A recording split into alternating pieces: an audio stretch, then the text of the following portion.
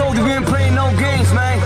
It's just truly probably Pablo, Culture, Lord Productions. Good morning, South Florida. This is the Big O Show. You're tuned into the Big O Show.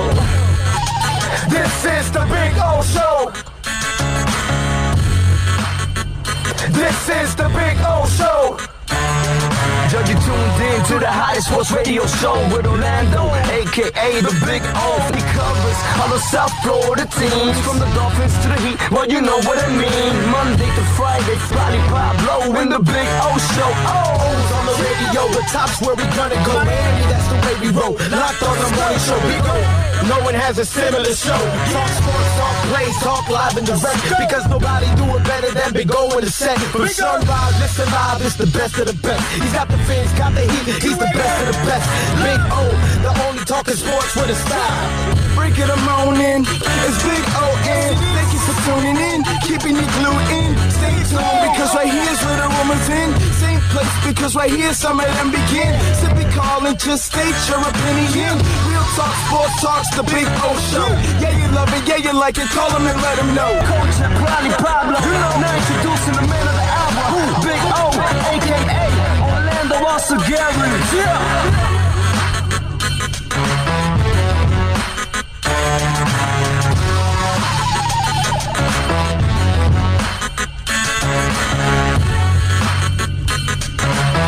We are ready to rock. Good morning, boys and girls. Coming to you live from beautiful Toyota of Hollywood. You see it right there, right under us, right there. Yes. 1841 North State Road 7. Come on by, say hi. John Rouse is in the house. He's already visiting us here at Toyota of Hollywood. So you can do the same thing John does. You can come by and visit us at any of the spots that we're at. Yesterday was VSS West Pines. Tomorrow we'll be at Craig's Inn Acura. Today we're here at Toyota of Hollywood. Now that you are free, right? Now that you're free. Fly, be free. Fly, be free, birdies. Fly. And then it just plops out of his hand. If you know what I'm talking about, History of the World Part 1. But anyway, so now that you're free, come on by and say hi and hang out with us. And, we'd love to meet you since you're always watching and listening and all that good stuff. Always appreciate it. See, I got my red Camry right here. So we're at Toyota of Hollywood. I got my Camry right outside right here. I can see it from here, which is always a beautiful thing when I'm at Toyota of Hollywood. So we'll be out here for a while. I wonder what we're going to be talking a lot about today, right? It's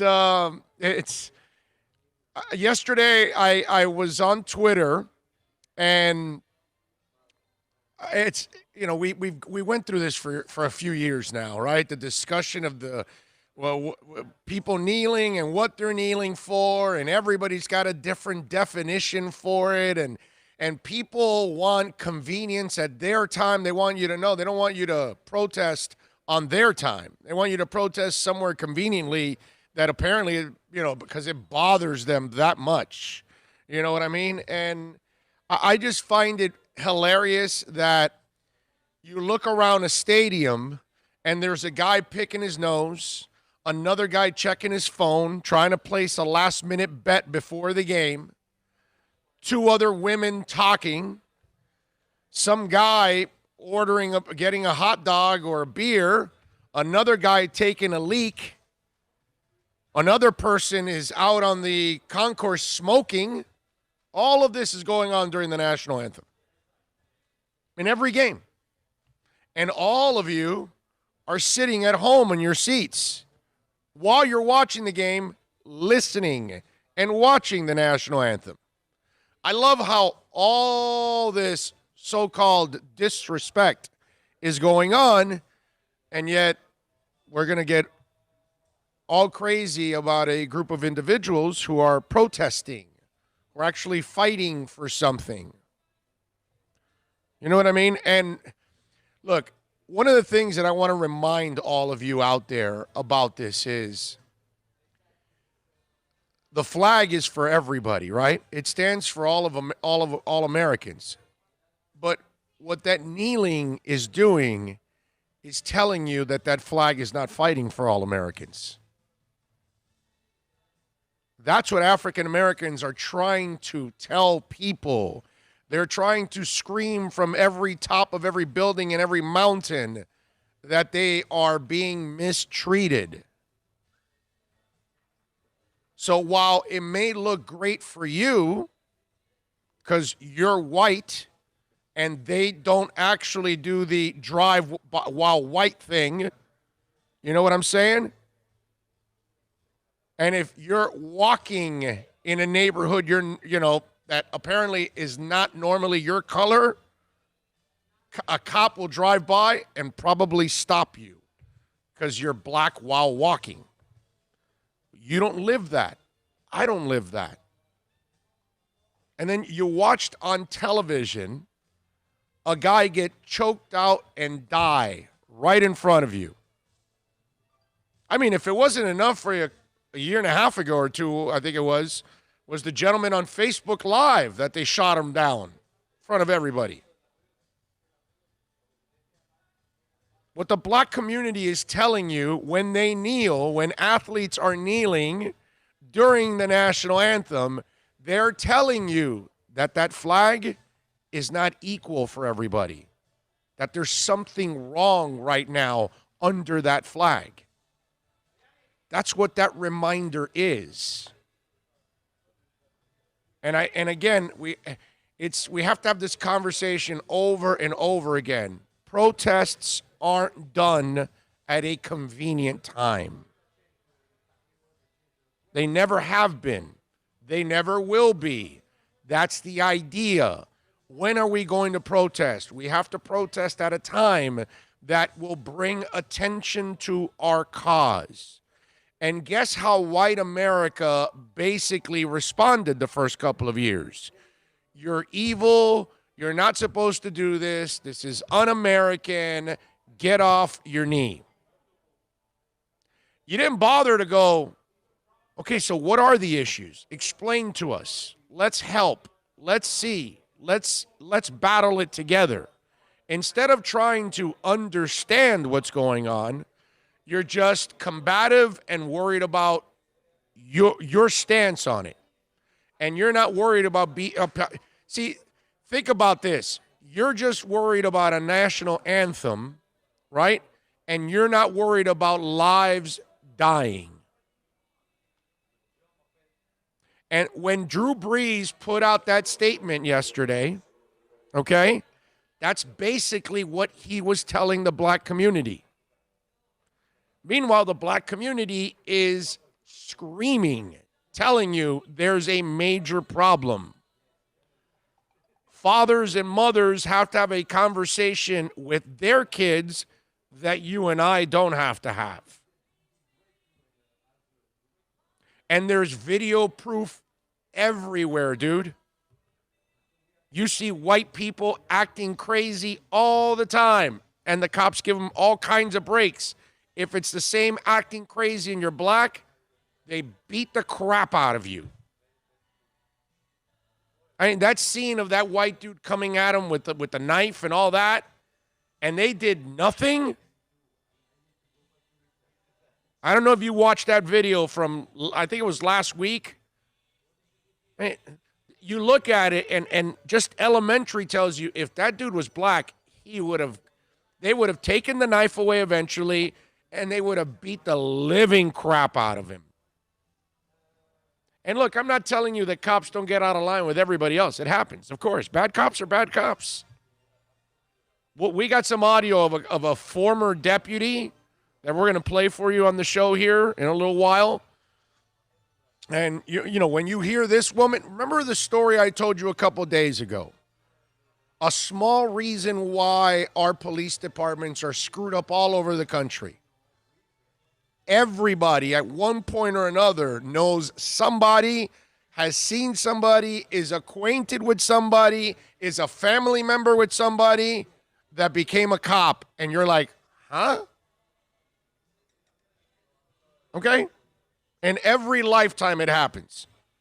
John, that ever happened to you in your lifetime? Yeah, he didn't even bother. Like there was no hesitation. He was like, Yeah, dude. Yeah. I've run into that. Yeah. It's an example. And John was talking about it before. They can try to weed out the racist, but they're not going to tell you they're racist. Which is true. You know? So you got to figure it out. That's why I'm saying the people inside, the good cops, the ones that are working with some of these cops. Okay, notice when Poherence pushes the girl down. Then you've got the black female officer that literally chases his ass all the way down. And then she gets to a point where she hangs a hard right and walks away from him. And she walks away from everything. Why? Because she's really smart. Because she knew she was on the brink of losing it. She's on camera. It's going to hurt her. It's clearly going to hurt him. It's going to look bad on the entire department. So she, in all of this chaos, God bless her, man. She's a better person than I am. She chose the highest road you can possibly take at that moment. I think her name was Officer Wilson. I'm not sure. I'm not sure. I'm not sure, so I don't want to throw a name out, and I'm not sure. So, but credit to her, how she composed herself after that. And then, she decided, like, you know what's best for me? To disappear. And she disappeared. And she did the smart thing. Right? Because she goes back out to the crowd. The media is going to see it, and she's going to get asked questions. I'm sure they've already tried to track her down at this point. Right? I mean, isn't that an automatic right now? Guaranteed they've already tried to track her down to ask her. And she's probably, looks to me like she's really smart, probably has avoided all of this. She's like a big-time team player. And that's the problem also. There's no more team player anymore if you're a police officer. Because all the good work you're doing is going to get all shot down by the few idiots that you have on the force. And I truly believe it's only a few idiots. But they're loud. You know what I mean? It's just the way it is. Like what we had happen in Charlottesville a couple of years back, that's not the majority of the country, but you have those white supremacists, those kind of folks. You know what I mean? And they're loud. They're they're a tiny minority of our country, but they're loud. And with social media now, your voice can easily be heard by many. You don't have to have 5 million followers at times. There are things you can do, and you know it, and I know it, and everybody knows it. The word is called viral. And you can do things that go viral, and then everybody finds out about it. Except for Bill, who's not really on social media. But anyway, so this is, you got to understand that the message that's being sent with that knee, it's not about anything that you may think it's about. Not about the military, not about the flag. It's a timely protest, like every one that's ever existed. And remember, folks, that's as American as the flag, protesting. Because that's the idea. They're trying to send a message that people don't want to listen. That's the thing. Think about this. You're more worried about standing up for the flag than people getting killed.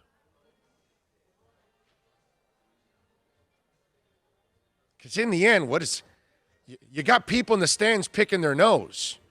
You got people in the stands taking pictures during the national anthem. They're doing all kinds of stupid things. You got 2 women gossiping during the national anthem. You got some dude that didn't take off his hat. We're not policing any of that.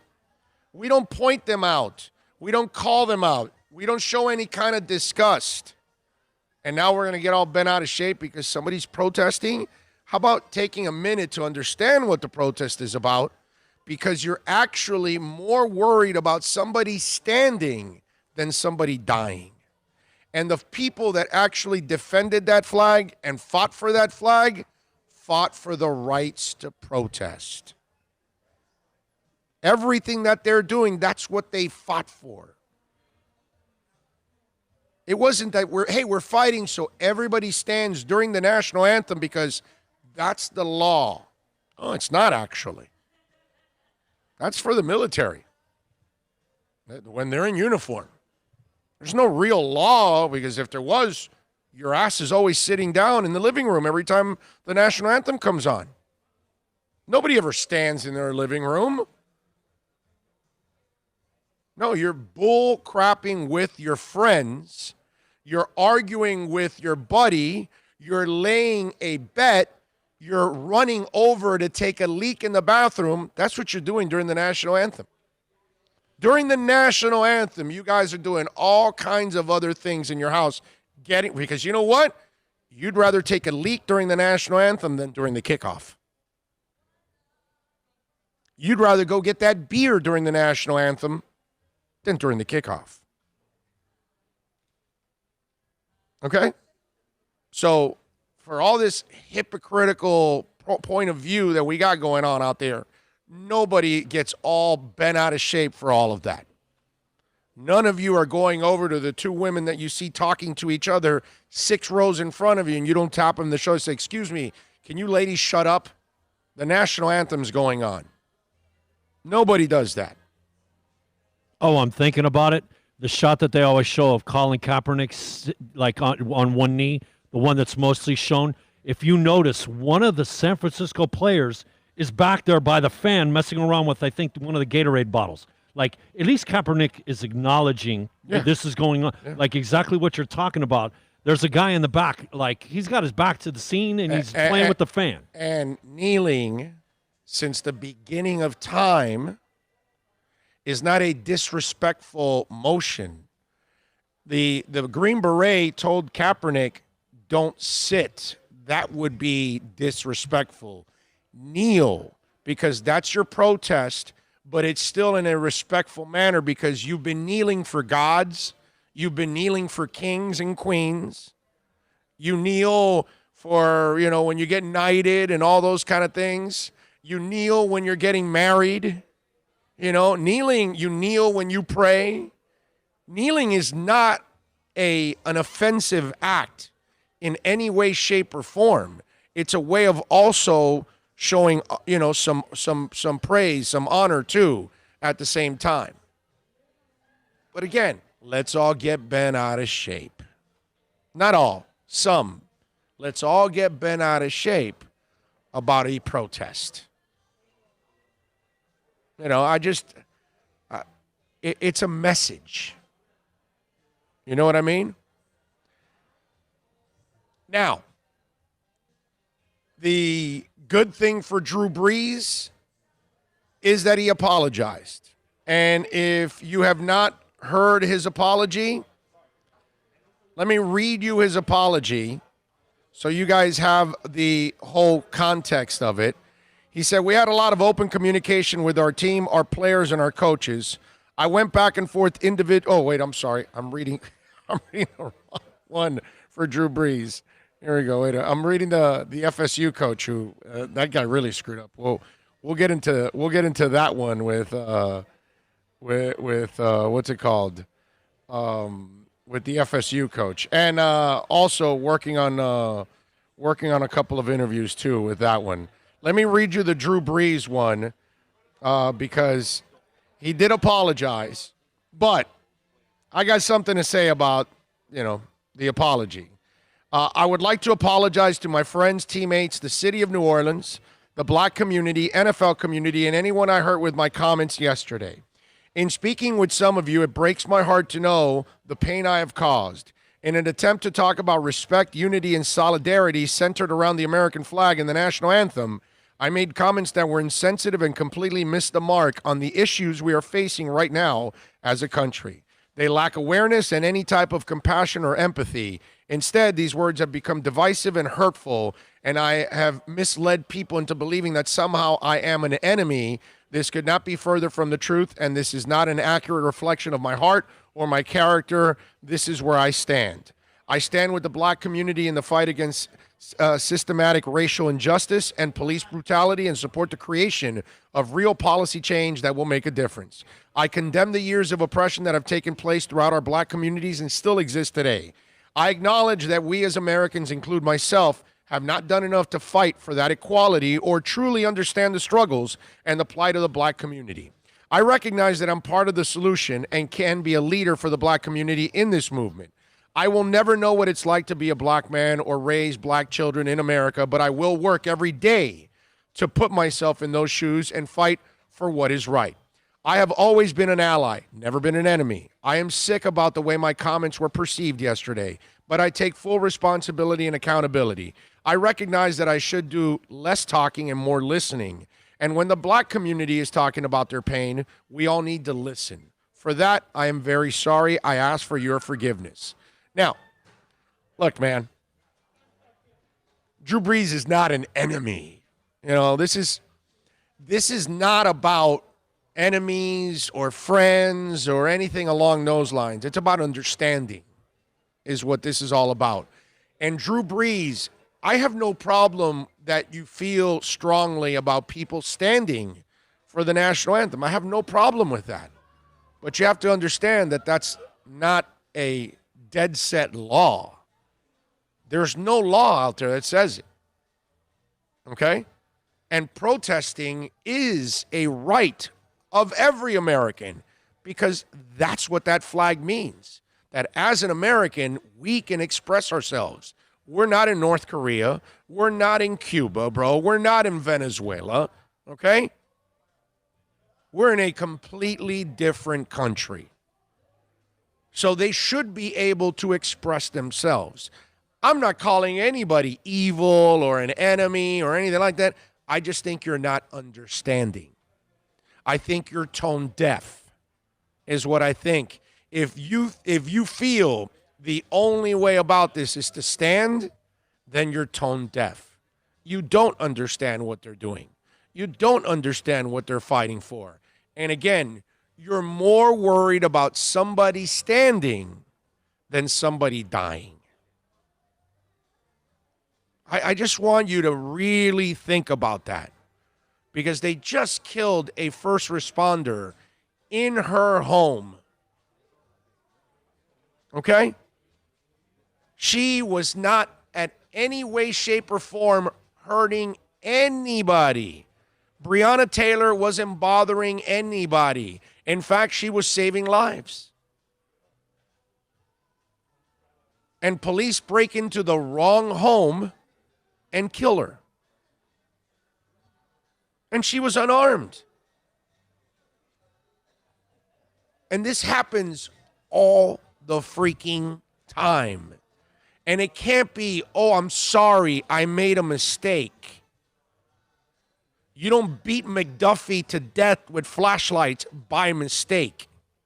You don't choke George Floyd by mistake.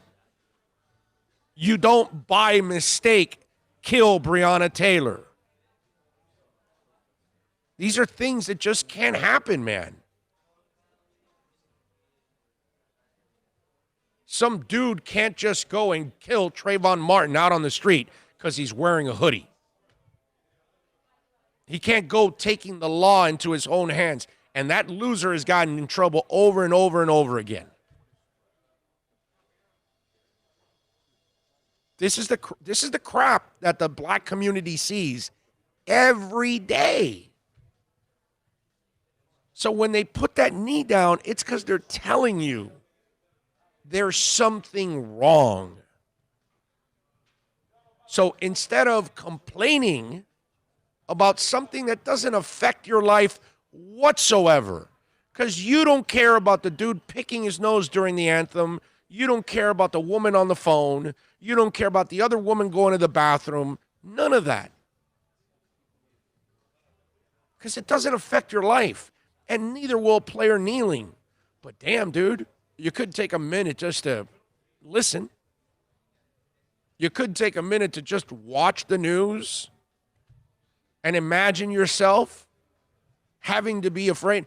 Like when you get pulled over by the cops, you're afraid of getting a ticket. You're afraid of your insurance. That's what you're thinking. Man, my insurance is going to go through the roof. When you're black and you get pulled over by a cop, it's like, man, I got to be careful in what I do. I might die right now. Come on, man. That kind of feeling has to end. They have to have the same feeling I have. My insurance rate is going to go up. That's what I'm thinking. Remember when you got in trouble in school, right? And you went to go see the assistant principal, you didn't care what the assistant principal was telling you. You didn't care if they told you were going to detention. You didn't care if they were going to paddle you. You didn't care about any of that. None of that put the fear of God in you. Now, the second they were going to pick up that phone and call your parents, whoa, game time. I mean, that's what I'm talking about. It's a whole different level. You and I get pulled over, we're not worried about death. We're never thinking that. Think about that. We're never thinking death. We're thinking our insurance rates. That's what white people do. Oh, crap, I'm going to get a ticket. Damn it, bro. Oh, my insurance rate's going to go up. Isn't that what you're thinking? That's usually the first. Yeah. That's your parents, the insurance rate. Oh, look, that call you were talking about, man, that call goes down, your life is over. Over. There's no life. Over. You didn't care if you got paddled? That was a rite of passage in school. Oh, you got paddled? Yeah, big deal. Didn't hurt. Oh, what'd your parents do? Oh, man, they kicked I will ass. say this. Catholic school, after school, weeding the convent, like I said, weeding the church. There's no way to explain to your parents why you came home 2.5 hours late. You know what I mean? Yeah. You were playing at the no, you like the Three Stooges and watching the Flintstones too much. There's no way you were over there for 2.5 hours. It's a message that's being sent, ladies and gentlemen. And it's our job as Americans to listen to that message. When we're watching hate crimes in the LGBT community and we're watching what happened in, is it a Pulse nightclub, if I'm correct, in Orlando, if I remember correctly? I think you're correct. And it's something that we have to take notice, right? We have to support. And then when we have school shootings, right? And we've been made well aware of that. Okay. And speaking of school shootings, not only do we have racist cops, but we have some cowardly cops too. Right? Because wasn't there a cowardly cop outside of Marjorie Stoneman Douglas that did not go in? Right? Yeah, that's easy to say. Very easy. All right. And again, in the police academy, hard to weed out when he or she is going to go yellow on you in a key situation. We found out with that guy. But we do take school shootings seriously, right?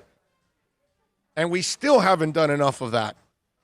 Now we're getting to the point where we're actually doing more now, and police presence and all those things that we have to do. We have no choice. But we have to listen. We have to open our eyes. We have to support. You know, women are being treated unfairly all the freaking time. When people are screaming for help, like the black community is right now, okay, the idea is to listen and say, okay, what's going on? What am I doing to help out? What am I doing to help expose it? What am I doing to listen? What am I doing to support? Man, if they're kneeling during the national anthem, then this must be something serious. Instead of, oh, this is insulting. And it's almost like you treated these guys like, I mean, I heard people like, get out of the country, you're un-American. It's actually, they're being more American than most people by doing this.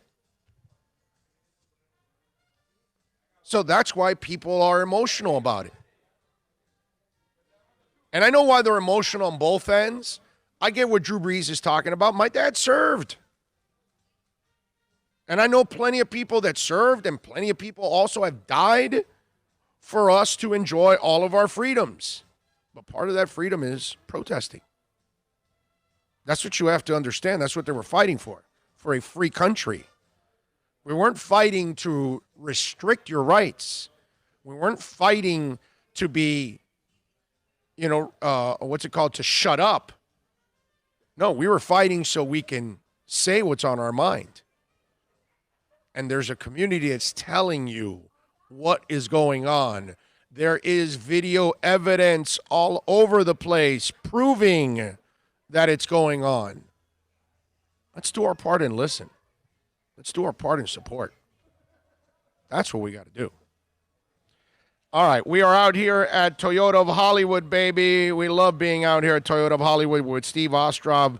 I talk with Steve because I got my Camrys out there, and so I figured we got a Camry now here in the on the show to talk about it. I talked to Steve if he can somehow paint it the color of my Camry. You know what I mean? Exactly what I was going to ask you. Do you got a paint job scheduled for your car? He laughed at me. I think that's kind of like I think he thought I was joking, but I'm really not joking. I really would like to paint it like the color of my car, which really would be good. Anybody out there got a paint shop that you can do it? Anyway, so you see the Camry there, folks. That's why we want to tell you to get on down here to 1841 North State Road 7. Come on out, see Steve Ostrov and the boys. They will take care of you. Herbie Lopez. Herbie's not here right now. He's not here yet. He'll be here soon. Joel Rubio's in the house. Gary Thompson. I saw Gary Thompson recently. Rick, Eddie, Ask Rick, all the great guys out here. And ladies. Got a couple of ladies out here also. They do a great job of selling cars. I got that beautiful red Supra in front of me that is absolutely amazing. Come on out here. Check it out in the showroom. 1841 North State Road 7. Don't forget they're giving you 90 days off. So that way it's a little harder right now in this transition. They understand. So you get 90 days, no payments. Come on out here. Tell them that Big O sent you. They will take care of you at Toyota of Hollywood. You keep knocking the table, man. You need to chalk off the wheels on your car. It's a buyer's market at Toyota of Hollywood. Over 1,500 Toyotas on the ground, and truckloads just keep on coming. Now pay up to 50% less. 2020 Camry, not $29,000, $17,775. 2020 Corolla, not $22,000, $13,775. Buy a new 2020 Toyota with 0 down and 0% financing, or we'll make your payments till 2021 at Toyota of Hollywood, the #1 volume Toyota dealer on 441 between Hollywood Boulevard and Sheridan Street. Are you tired of watching the same old travel videos on the internet? Well, then check out MikeNoGoZones.com, a travel documentary that's breaking barriers. I go to the places that the media tells you to fear, where no one else dares to go. Baltimore, Opelika, South Side of Chicago, and more. Go to MikeNoGoZones.com. No one expects to get into a crash, but I expect you to go to accidentlawfirm.com if you do. Make sure when hiring a driver, you go through a rideshare app so that you can be covered by the insurance, which can be up to $1 million, whether you're a passenger or a driver. In other words, don't try to save a few bucks by paying cash instead of going through the app. I'm attorney Bobby Nunez from Nunez Law in Miami, and we're here to help you through the process. Go to accidentlawfirm.com for a free consultation from me, Bobby Nunez. That's accidentlawfirm.com. America's safest and best-selling compact luxury SUV is at Acura of Pembroke Pines, and this is how we do it. RDX, $339 a month at Acura of Pembroke Pines, the #1 volume Acura dealer.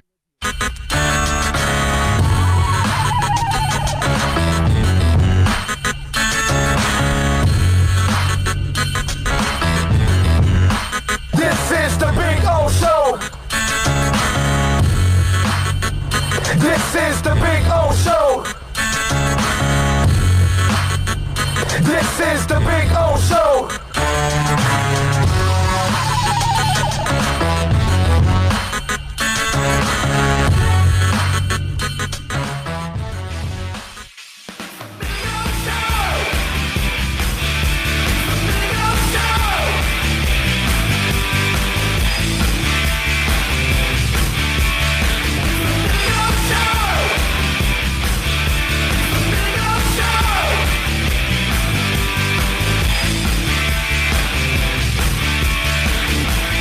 All right, we're back. We're back here at Toyota of Hollywood. And first of all, let's you guys are out there already active on the chat board and the super chat. First of all, Myron Sanchez chimes in early on the super chat. Myron, I wanted to finish talking and then get it going here on the other end. And is he trying to set a new record?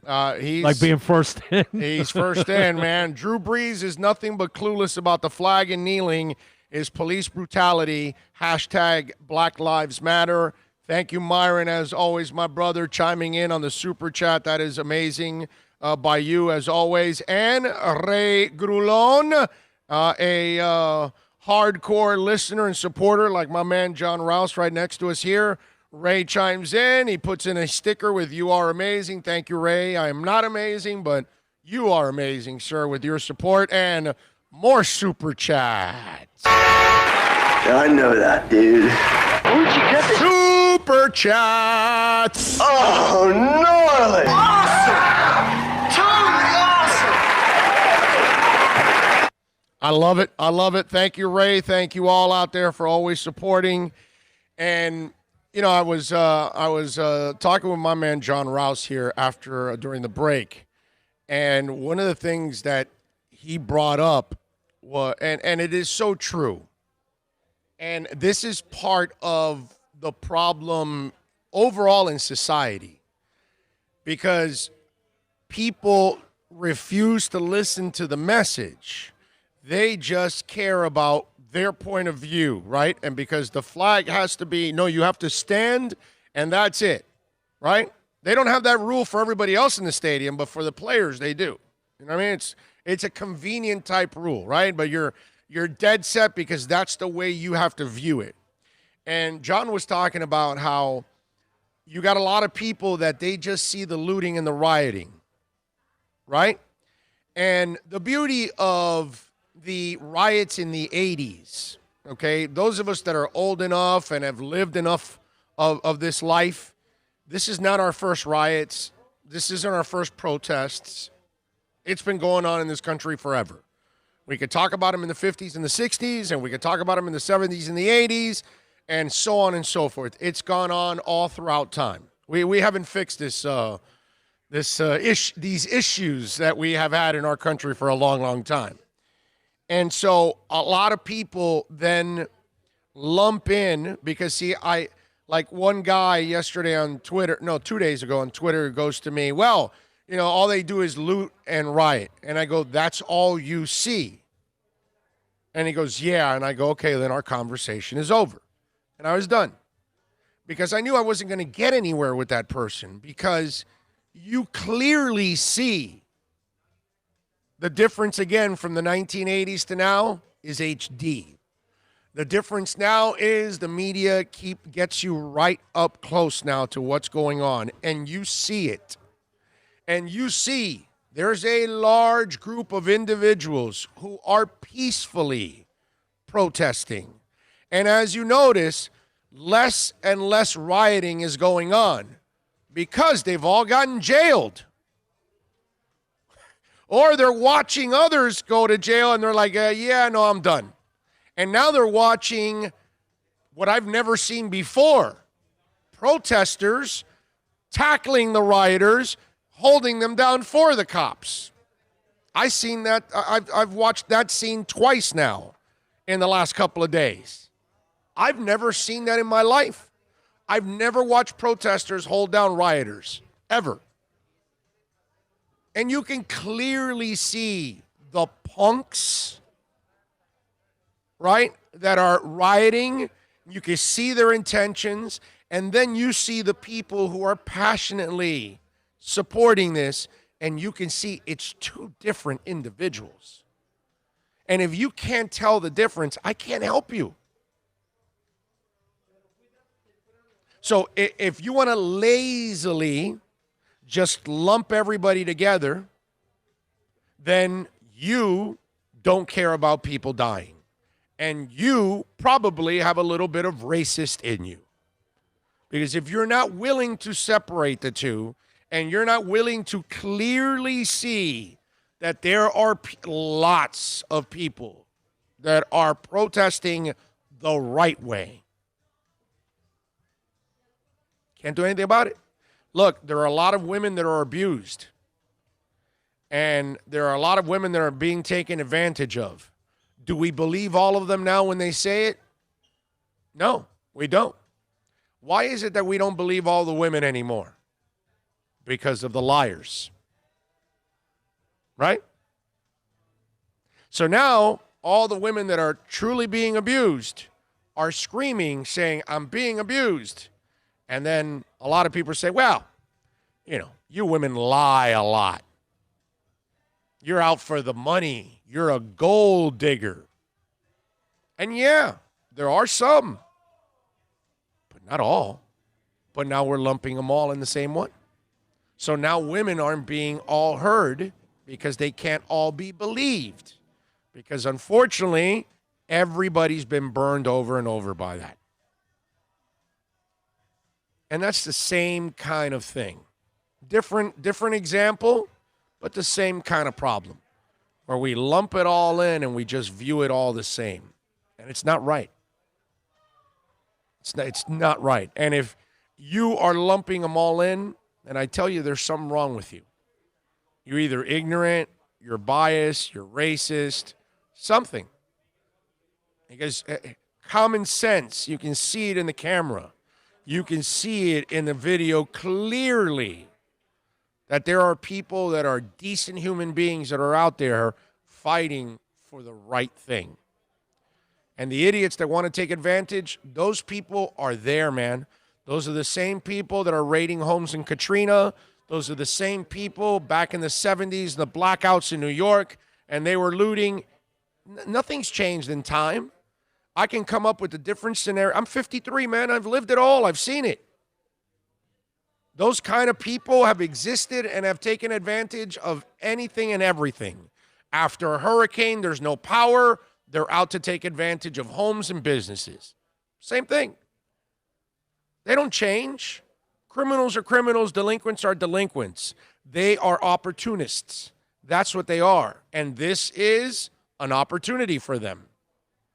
They use the protest as a shield. They use the hurricane as a shield. They use a blackout as a shield so they can go and break laws. Nothing's changed.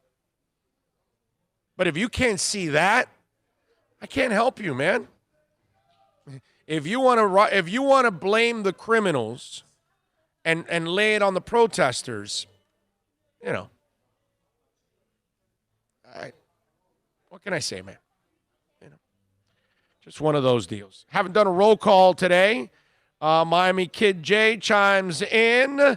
John Santos.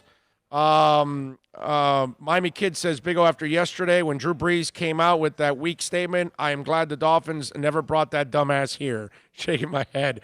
I still would like him to be here, bro. I would have been a really good quarterback for 20 years. He can say stupid things, and hey, listen, I say stupid things. You say stupid things. We all say stupid things. Drew Brees is a good dude, man. I'll take him, man. I'll take him over the quarterbacks we've had. Ian from Brooklyn is in the house. Flipper 13, Omar Lopez, Julius 305, Matthew Walker, Gus 1388, Danny, Money Man, Uber Beaner. Racism will always exist. People need to get over it. We obviously need to vet cops better. And we need to vet everything better. Let's see. Rosendo Marco, the reason people find it disrespectful, though, is because people have died for that flag. It's also not a very good protest. They died for that flag, Rosendo, so you can protest. That's the part you're missing, my man. Okay? They died for that flag so you can protest. That's the idea. It's called freedom of speech. Protests aren't done in your convenience either, Rosendo. Understand that, my man. It's not about your convenience. But again, if you want to be tone deaf and you don't care about people dying out on the street, then, what can I tell you? Richard says, good morning, Big O. Hate to say it.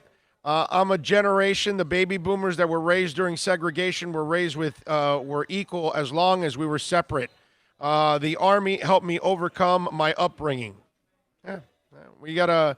There is a couple of older generations that eventually just need to weed out, and yeah, some of these older generations you'll never change them. They are what they are.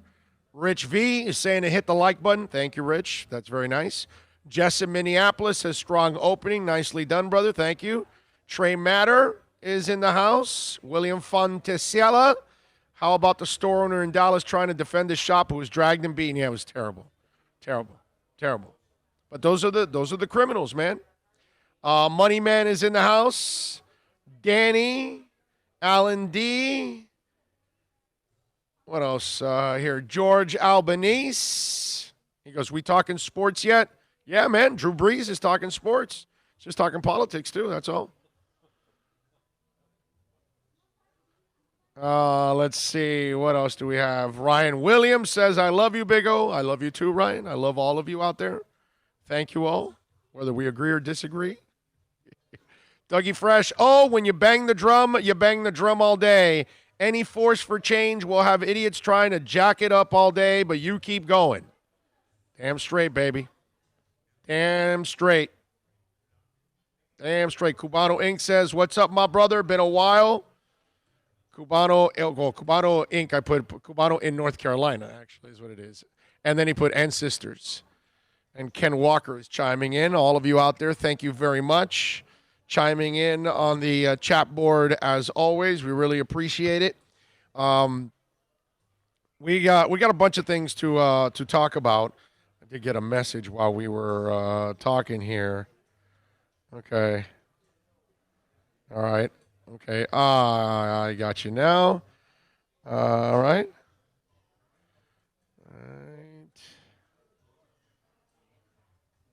Sorry, I got to do two things at the same time here. My bad. All right. We'll let you slide this time, man. 786-322-1105 if you want to get in on the accidentlawfirm.com text line. That's 786-322-1105 if you want to get in on the accidentlawfirm.com text line. Jesse in Minneapolis says, tell me, when was the last time you heard Flying High Again, Ozzy and Rhodes? It was the Boneyard this morning with an immediate volume cranked to 10. You mean your amplifier doesn't go to 11? Ours goes to 11. Yeah. That's right. Bill and I, when we were buying this equipment, we said, our equipment has to go to 11. So we talked to the manufacturer because it had 10. But we said, no, ours has to go to 11. Okay. It's a little Spinal Tap reference for those of you out there. No time limits on breaks, stopping the show, ending the show. That's right. No sound limits. That's right. We have to go to 11 at least. So, yeah, great song, great album.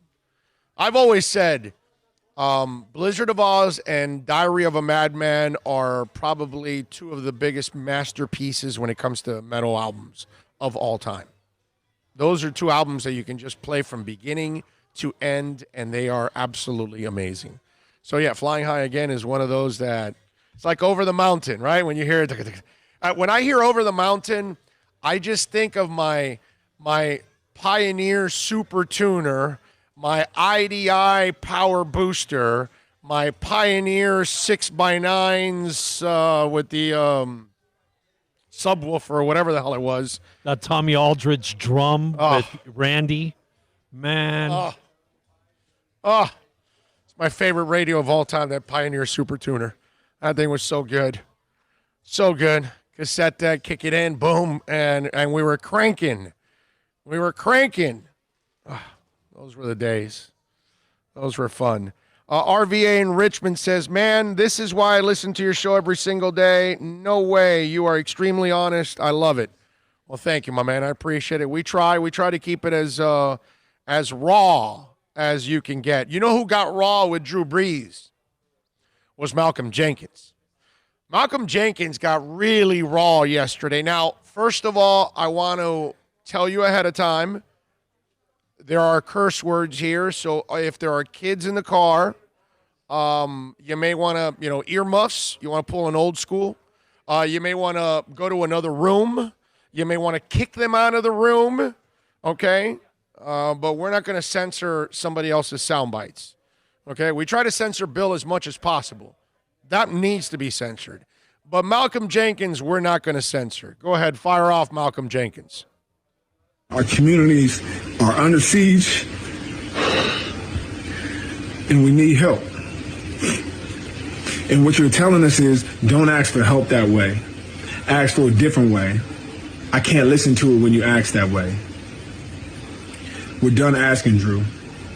And people who share your sentiments, who express those and push them throughout the world, the airways, are the problem.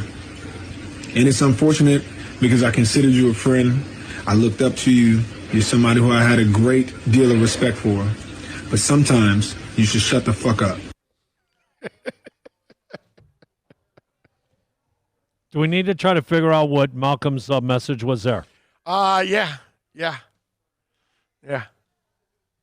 And he's right. I mean, it's like, how much more do we need to ask? How much more do we need to, how many more videos need to be put out there of people being killed in cold blood?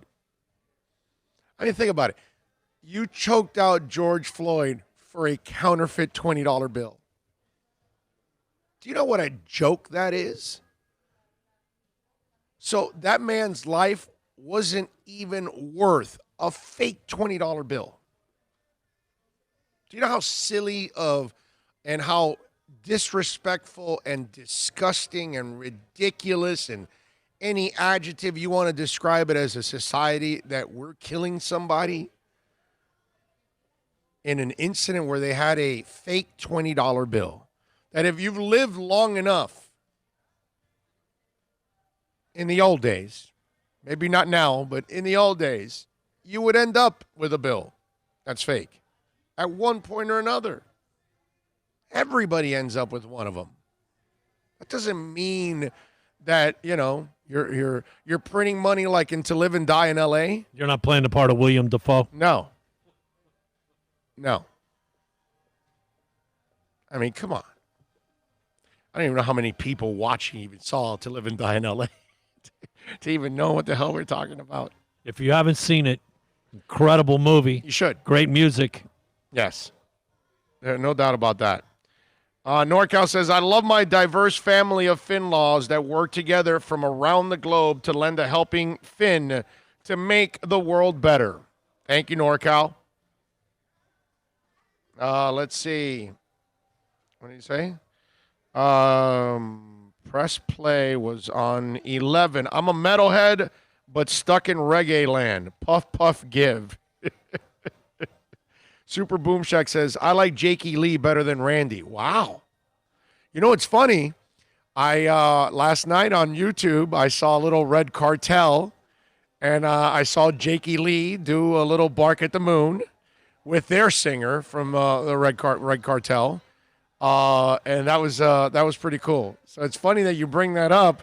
I actually ran into a Jakey Lee video yesterday while I was surfing on the tube. Oh, I gotta say, that's probably the first time I ever heard like more than Randy Rhoads' Jakey Lee in front. Yeah, I've never heard that either. I gotta say, this is a first for me. Yeah, I've never heard that either, especially when you listen to those first two albums that I just talked about that were so masterful, dude. And Ozzy's albums were never better than those two. He's actually come up with a lot of really good music.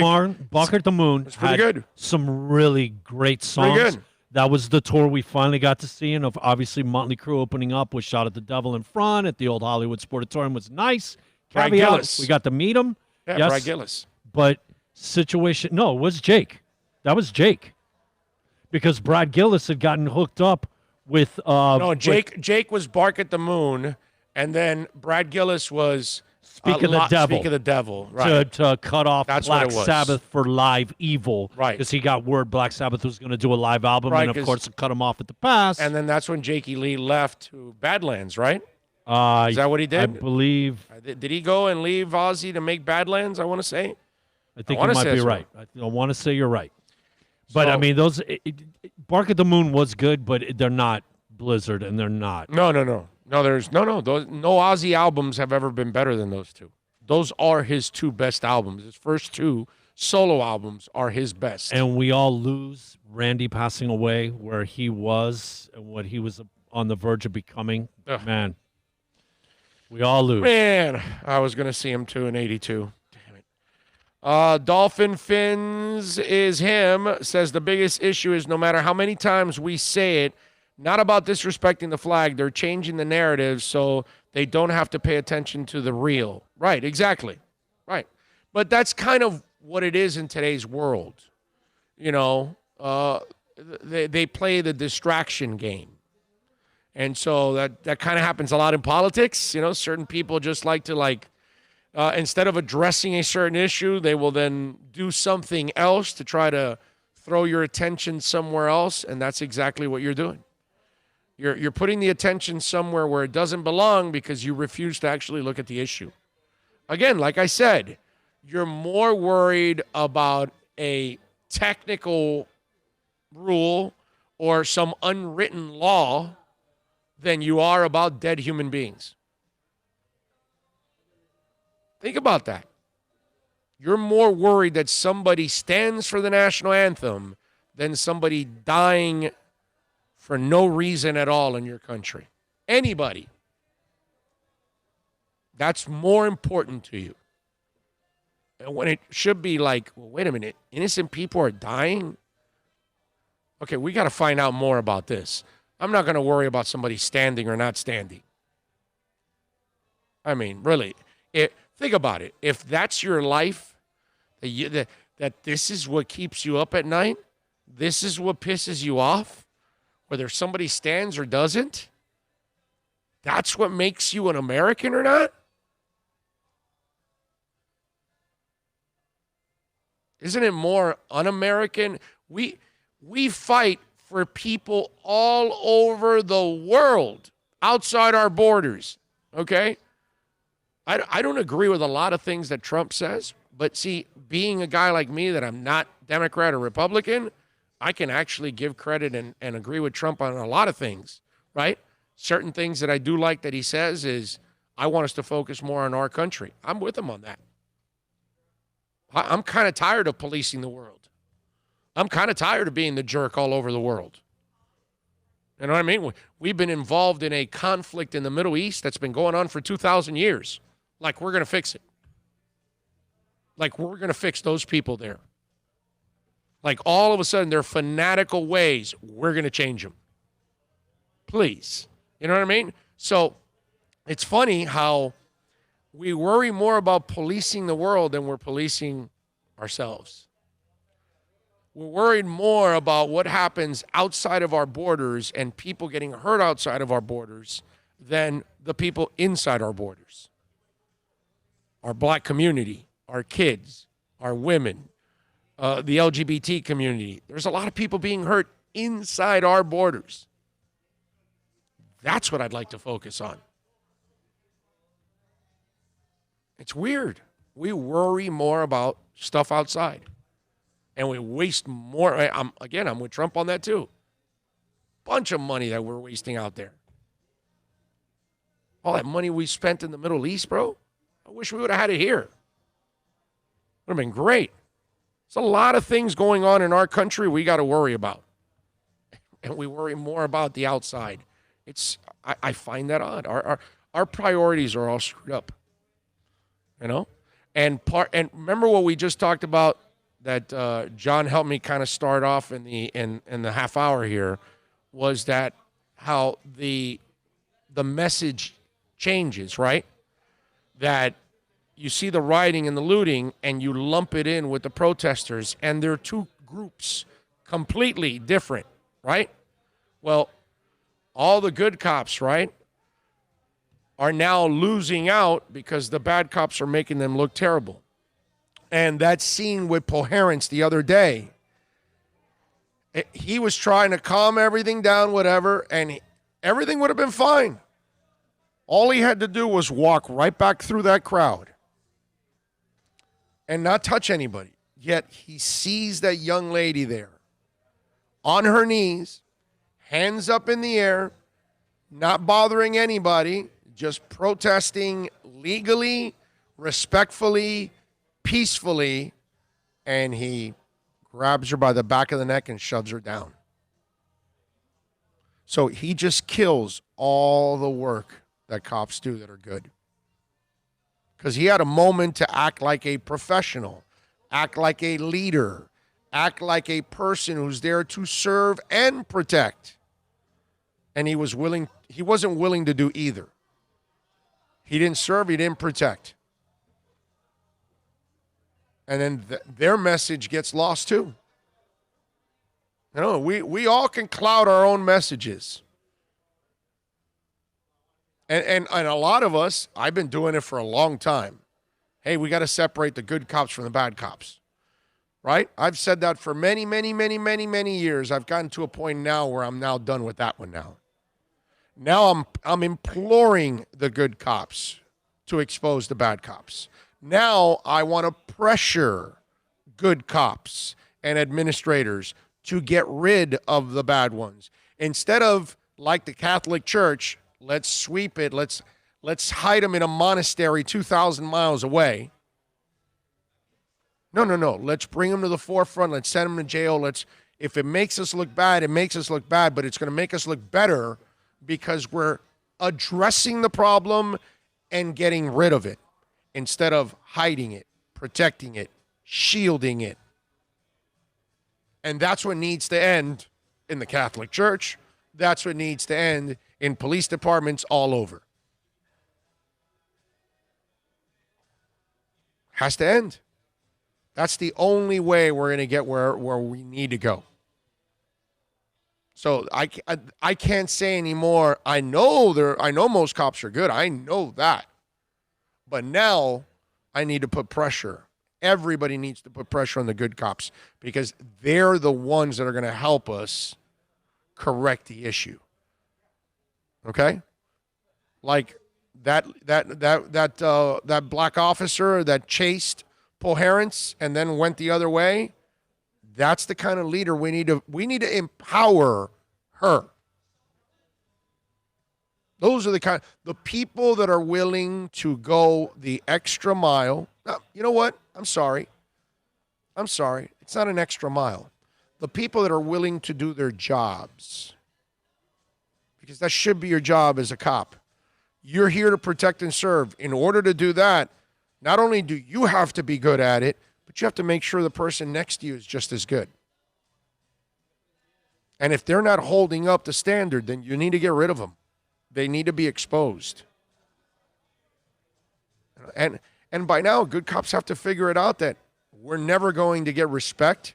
We're never going to reach our communities. We're never going to end up getting our jobs done because we don't do the right thing.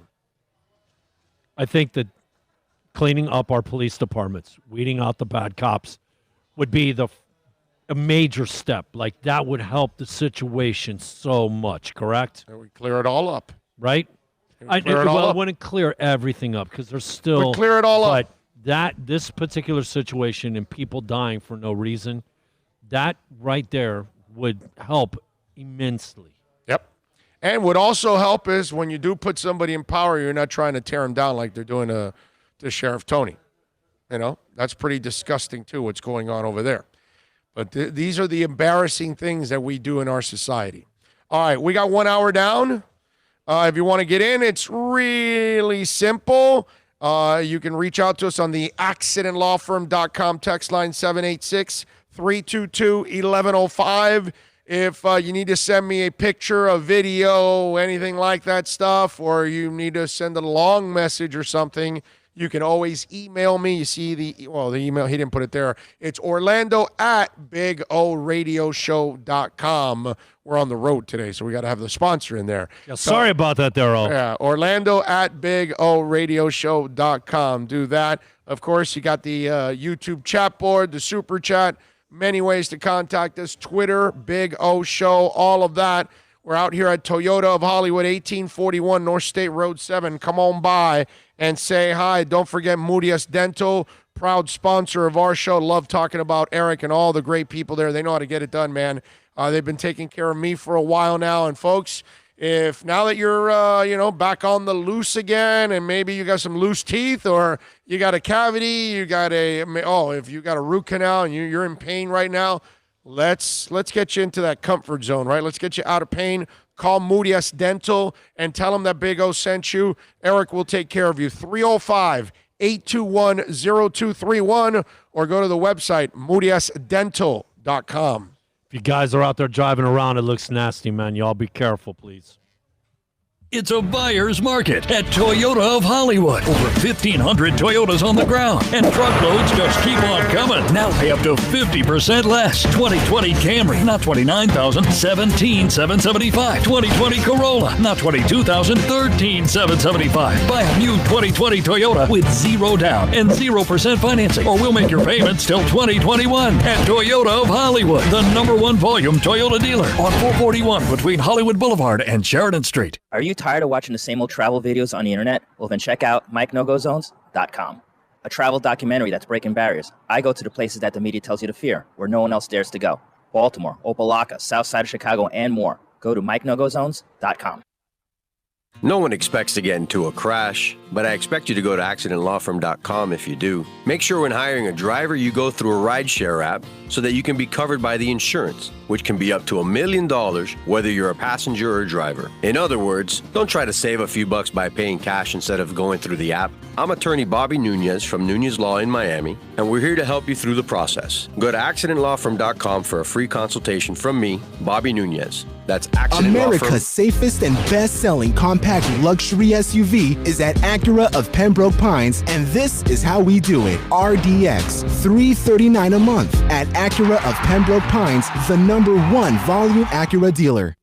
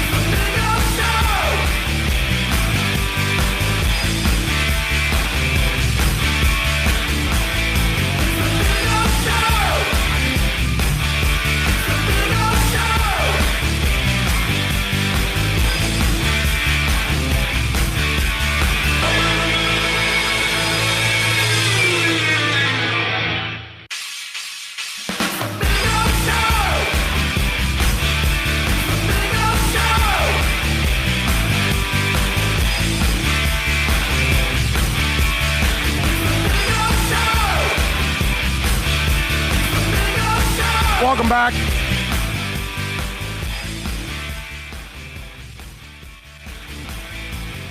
Ah, yes. There you go. Keeping the music going a little bit there. Well, keeping me alive while I was taking the sip. Googing over there. Yeah, I had to take a little sip here so I can go for another 30 minutes straight and talk about all kinds of things. Yesterday, by the way, just to give you a heads up, because I was giving you the tracking for coronavirus, 3 days ago was 730 deaths. 2 days ago was 1,134. Yesterday, it dropped slightly to 1,083. So still an uptick from where it was before. I can tell you right now, let's see where we're at right now. What happened? What happened? Because you Well, got John was just saying, there's a lot more people being tested right now, which, yeah, we need even more to be tested. 115 today, so it's not at a bad pace. Let's hope it doesn't pick up more than that. But it's, dude, Mexico right now at this point in the day is at 1,092. Right now, 1,092. It's too early in the day, man, to already have 1,000, right? Yeah, it's crazy, man. All right, 786-322-1105. If you want to get in on the accidentlawfirm.com text line, you can also reach out to us on Twitter. That's at Big O Show. Just to finish up, you know what, man? Because we do the same side. I was looking at it, and if you look at the bars, how they go up, they go, and it's been a symmetrical, like almost semblance of how it goes up and down in the course of a couple days. But you could see how it teeters down. And yesterday, like, we shouldn't get excited because it went from 11 whatever to 1,000. There was a drop, but only like 50 something. Yeah, exactly. 1,080 to from 1,034 or whatever it was. And this 134. And this has been the pattern on this decline, but where we're at in freeing things up, and everybody's getting freed up. There's only 3 counties in Florida of the 67. 64 of them, bars, everything a go. Movie theaters. It's us, West Palm, and Broward. Dade, Broward, and West Palm are the only 3 in the whole state of Florida. So this, like, man, the next month, you know what I'm saying, is going to be a real telltale sign of where we're at. I think you're going to find out now in the next week or two here. Because you don't think we're going to have to wait, huh? No, because it's already happening. Already because of all the protests, you can see the numbers already have gone up from where they were. When you go from 700 and now you're into the thousands, now that's a hell of an increase now. So hopefully it'll get back down and it'll start going back down the other way. And this was just a spike, and maybe you have less, protests. Well, here, look at it, and you can see it. There's a little up and down. It's gone down overall. Yes, but lately there's been a little bit of a spike, and that's what we got to worry about. That right now, hopefully it doesn't trend in that direction, because obviously it could. Keep your face masks on, clean your hands, have hand sanitizer, gloves, whatever. Be responsible, people. Ira Schofel, by the way, I talked to him. He's going to join us at 1:30. We're going to talk about the mess that's going on at FSU. And if you have not heard about the mess at FSU, it's pretty bad, okay? It's a situation where you got a coach that's basically now labeled a liar, and you have now lost your your locker room. And for those of you that don't know, he came out, Mike Norvell, the head coach of FSU. He was interviewed by Tashawn Reed. And I talked to Sean. They're going to do a story today, and then I think I'm going to be able to follow up. I was trying to get him on the show today, but they kind of put a kibosh on it at the moment because this thing is blown up. So hopefully we'll get to Sean on maybe tomorrow. We'll get him on. But we'll have Ira Schofel on for sure from War Chant. And we always have Ira on when we've got stuff going on at FSU. So Mike Norvell put himself in some serious hot water. It's not like the worst lie in the world, you know what I mean? People have said worse lies, but it was one that makes him look really bad, because he was asked about what was going on with the George Floyd situation, and has he addressed his players. And he said, we had open communication with our team, our players, and our coaches. I went back and forth individually with every player this weekend, and that was something that was important to me, because this is a heartbreaking time in our country. You see hate and you see discrimination. You see some of the acts that have occurred. I mean, it's a problem, and it's something that we have to stand together and we have to work at it to get it fixed. I'll continue to share with our guys the platform that they have had, the opportunity that there is there for them to make a difference, to be an influence, and to be able to have an impact on our country in a positive way by the overall mindset and approach of how we treat people to how we respond in situations. I told these guys just how grateful I am to be a part of this journey with them because they are the future. We've got an incredible group of men that I get a chance to work with as players and coaches. I'm honored to have the opportunity to help make a difference. That's something that we definitely have talked about in a big picture team approach, but we also, more specifically, the individuals and group conversations, we're trying to meet with our guys at their need and be able to share some of the emotions that we're all going through. So, you end up getting Marvin Wilson, okay, maybe the best player on their team. And he tweets out, man, this, and he puts a picture of a turd.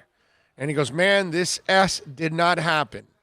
We got a generated text that was sent to everybody. There was no one-on-one talk between us and the coach.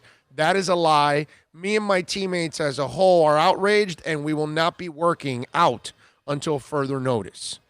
Now, I know they were going to have a meeting this morning and all that, but I'm not sure because obviously I'm doing a radio show, so I don't know exactly what's going on and what's the follow-up to all of this. And we'll ask Ira later on the show, and he'll give us the latest on what's going on after the coaches had to meet with them.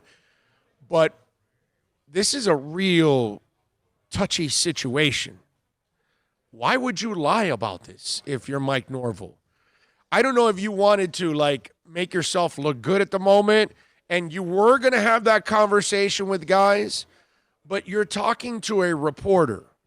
The reporter, by the way, recorded that message, that quote. So that quote is legit. And I know Tashawn Reed. He's a good guy, man. He's not going to go misquoting anybody or creating anything like that.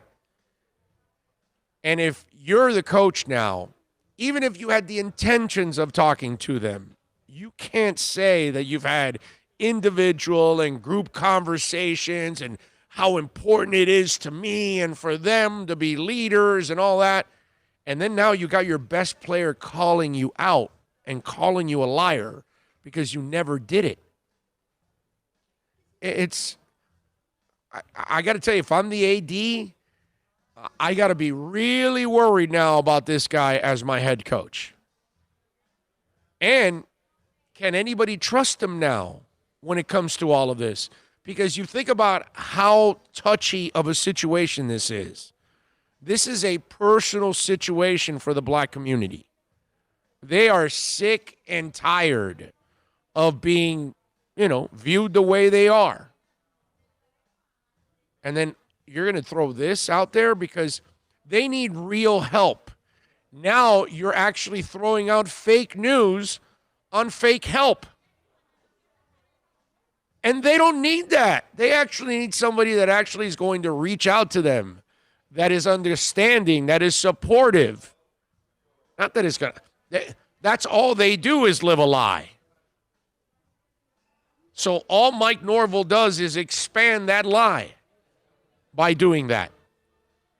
It's baffling that an adult would actually think that was a good idea to flat out lie to a media member in a story that's going to get printed. It's being recorded.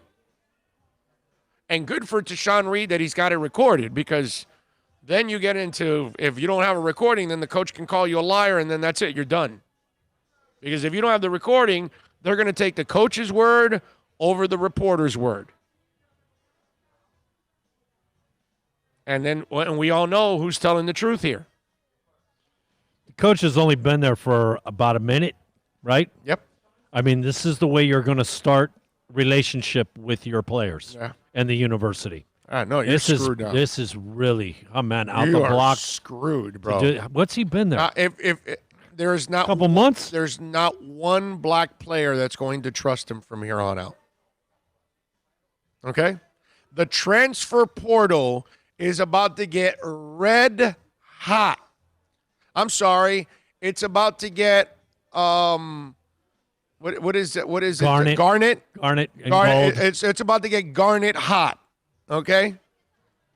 All right? Let me just say, from a Canes standpoint, way to go, buddy. Good job. I'm sorry for all you Florida State fans, you Knowles. I didn't think about that. We're all Canes, and baby, way to go, Norvell. Do some more, brother. There you go. So if Manny had a guy that he lost out to FSU, he might be able to get that guy back now. Although, isn't Manny the guy that said, well, no, if you make your decision, you go somewhere else, you're going somewhere else. You can't come back here. He kind of changed his tune on that one. He may have to rethink that philosophy. Oh, he did. He's already rethought that philosophy because he goes, I better not say that crap anymore. I'm dealing with millennials and I'm dealing with Generation Zs. These guys change their minds every 2 minutes. I mean, don't you have a kid? If you got not all of you, but if you have a kid, you know what I'm talking about. Your kid changes their minds every 10 minutes. Okay? Doesn't matter who they are. That guy he's up that creek without the paddle, dude. Wow. I think they need to hold him right there in place. That is, keep Adam Gase with the Jets. This is right. I was just going to say Keep Mike that. Norvell with FSU. Please keep doing our teams a favor down here. Yes. Because sadly, Adam Gase is going to get fired eventually. But that sucks for us as Dolphin fans because I want him to be a Jets coach for the next 30 years. And this Mike Norvell guy, it's a good point by you guys. That's actually a really good point. If you're a UM fan, you want this. Definitely. Recruiting for the Canes are like, oh, this is great. That you could use that for your advantage in a big-time way now. Wow. And the parents of these kids for Mike Norvell, oh, wow. They must be losing their minds with all of this. I just, it's baffling to me that he would think that that's a good idea to do that. Got to think Gator people are happy too, man. They're on the rise, and any hiccups by Florida, you know what I mean? Yeah. It's a little shorter drive to go from Tally to Gainesville than it is to come all the way to Miami. Yeah, well, Gators are ahead of both of these teams right now. Matthew Walker says Florida State has gone from CFB prestige to a clown show. Yeah, they have. They are a clown show. You're right about that. How do you guys get things to the left of your chats? Huh? I'm not sure what that means, Richard. To the left of our chats? I get the chat boards on the right. I'm not sure are you saying that you want to swing the chat board over to the left? I'm not sure if you can do that. I don't know if you can drag it or not. I have no idea. I tried dragging mine. I'm not able to do it. Gators will be the best team in the state again if they ever get an NFL caliber QB. Look out. Even without the NFL caliber QB right now, they're still the best team in the state. Let's see. What else do we have here? Tremolio says, would it be tampering if Manny tweeted out, our doors are open? We'll be testing the rules. I don't think you could get in trouble with that. You just can't include anything with FSU or the Seminole players. The U isn't keen on paying the proper amount of money to get a top-notch coach. Actually, they are paying their coaches now, man. I'm not sure if you know that. Now, are they ever going to pay Alabama or Michigan money? They'll never get there because they don't have that kind of program. But they actually are paying their coaches now and assistant coaches. They're actually paying their offense and defensive coordinators really good money now. So that's actually changed. That's not true. They're way better now. Let's see what else. Pat Nashville says, maybe the coach sent a handwritten personal note to the players using a quill and ink. Big O, that's Tallahassee. Why are you surprised? LOL. Have you driven through there? Yeah, man. We drive through there often over the last few years on our way to Mobile, Alabama. And we always stop at Tallahassee for one thing and one thing only. And it's Whataburger. That's it. Got to hit the Whataburger in Tallahassee. That's when you know you're okay. You've crossed the halfway mark about your trip. to Mobile from Miami, and it is time to take a little bit of a break. So you go to the Whataburger, and the Whataburger is literally next to a Krispy Kreme, which I believe today, tomorrow is the last day for your free donut at Krispy Kreme. Just want to make sure you guys know that it's National Donut Week, so they're doing it through the 5th, and today's the 4th. Just find out where each one is, and you can get your 4 or 5 donuts and be happy. Exactly. But think about that. We stop in Tallahassee, you get a Whataburger and a glazed donut from Krispy Kreme. And if you're lucky, you stop at the moment when there's hot glaze. Oh, man, what a stop that is. You don't put them together and create a Luther burger, do you? No, I don't. It's just like a dessert. Have you ever had one? The burger. Have you ever had one? Never had one. You know that it's Luther Vandross. He's the one that... He created that? He's supposedly, or yes. Is that just a fat thing? Well... It came up with 2... See, now you sound like Eddie Murphy, man. Well, you're going there with... Well, Luther, man. us fat people can, we're always related to food. So, I don't know, somebody came up with a burger that 2 patties are donuts. They're like, oh, this is a Luther Vandross type of sandwich. Well, that's what it's named after him because he was supposedly the originator. And it's God glazed bless donuts and then hamburger and whatever. And God bless him. We did make it a couple times. I've never tried it, but it seems like it sounds like it's a pretty good combination. If you have the right donuts, by the way. Well, you get the Krispy Kremes when they're hot, they're fresh, they're a couple hours. You do, obviously, ground sirloin, applewood bacon. Ooh. Yeah, man. Wow. A little barbecue sauce with a little zest, a little zing, with the sweet, and little cheddar cheese. Oh, my, what? Guess what? Guess what I got to go do this weekend? I wish we had a Whataburger down here, man. I hate that we don't have a Whataburger down here. I'd love to visit a Whataburger every once in a while. We need an In-N-Out. We need a Whataburger down here. Big time.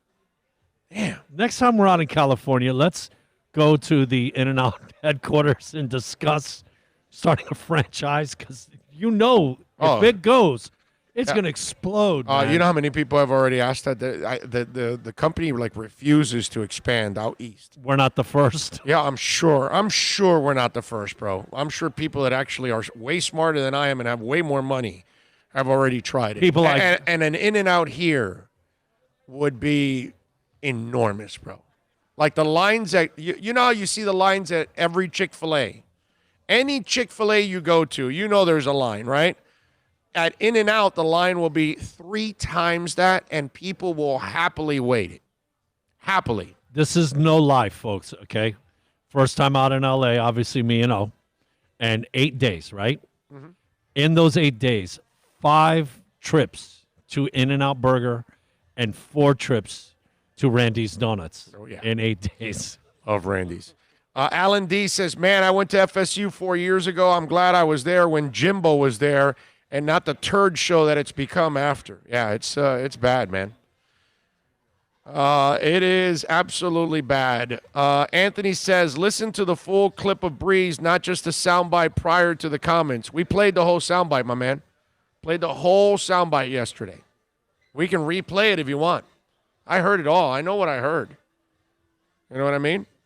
And the one thing, again, that I keep saying, I don't care about I don't look at him as a bad dude. I just think he's completely misinformed and doesn't understand what protests are all about.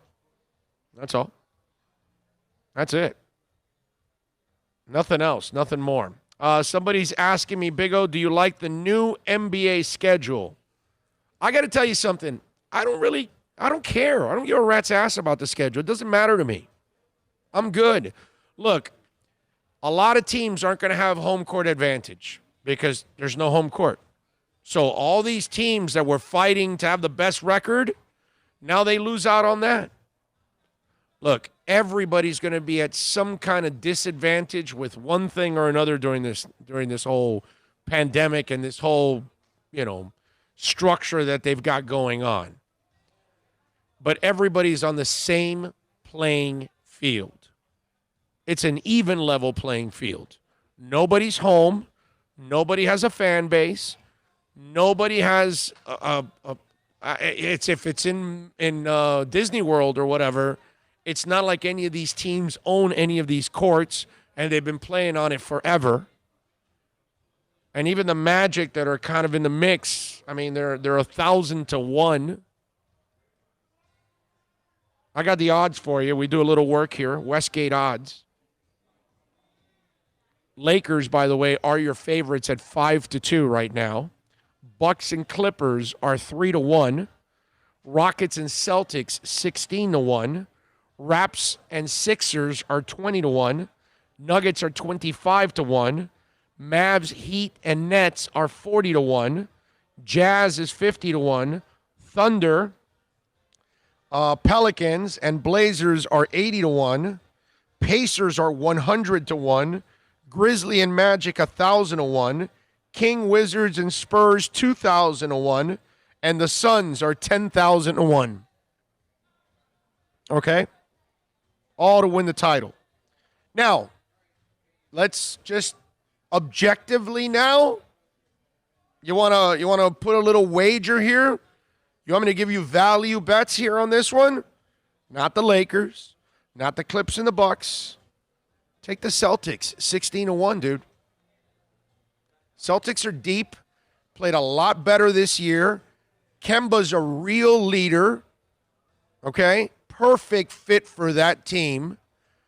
It seems like they settled in on what their roles are.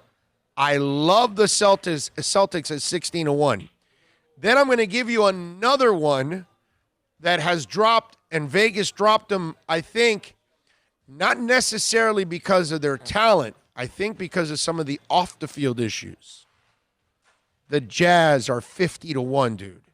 And I know the Gobert and Mitchell issue because of the COVID.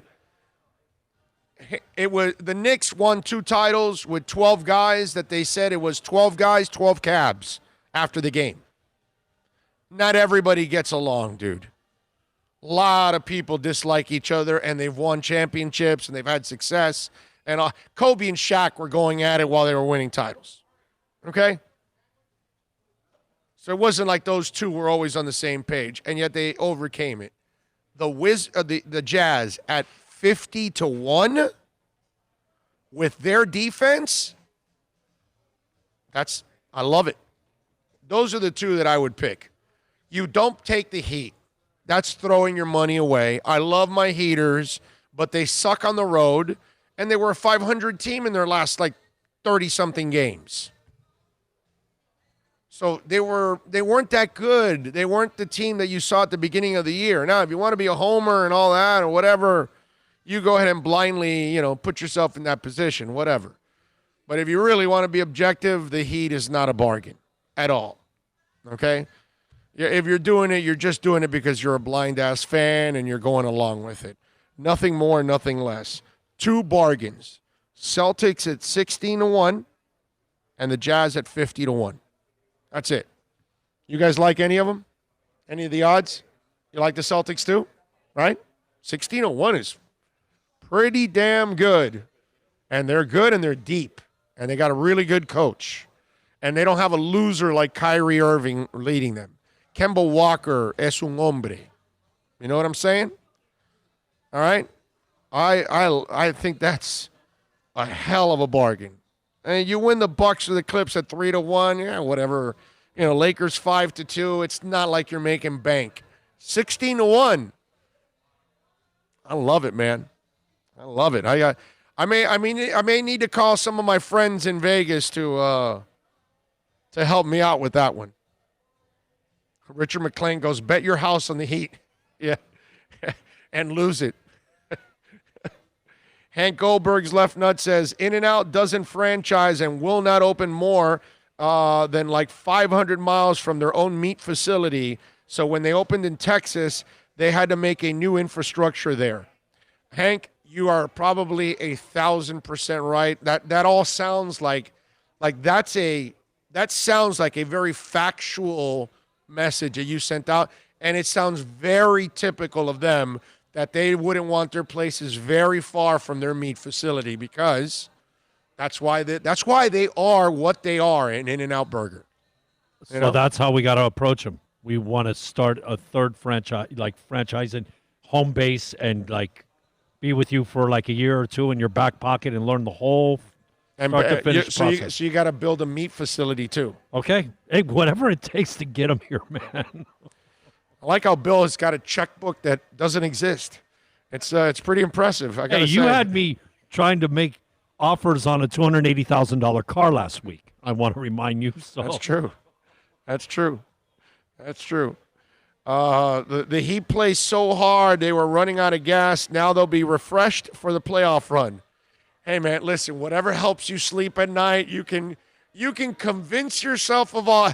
I get it. So the Heat is fresh, but the other teams can't be fresh, right? They must have all been running marathons all throughout the entire pandemic. Yeah.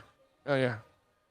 I love how fans will create any kind of argument for themselves and just to kind of convince themselves. And they won't look at like what really is going on. The Heat sucks on the road, and they were a 500 team, after that hot start. But let's not take in the facts that they're really not that impressive, But we lost our biggest advantage. We were young. We had fresh young legs. Young legs and surprise. Yeah. And older teams would be worn out going into the playoffs. Nobody's worn out now. Yeah. Big O, have you heard of the early Quiet Riot albums with Randy Rhoads? I have all three, sir. I believe they're all Quiet Riot 1, 2, and 3. I think they're labeled. I have them. I know the third one's a silver. I can see the silver cover. I have all of the Randy Rhoads Quiet Riot years. Yes. My favorite little caption of all time, Cream Magazine.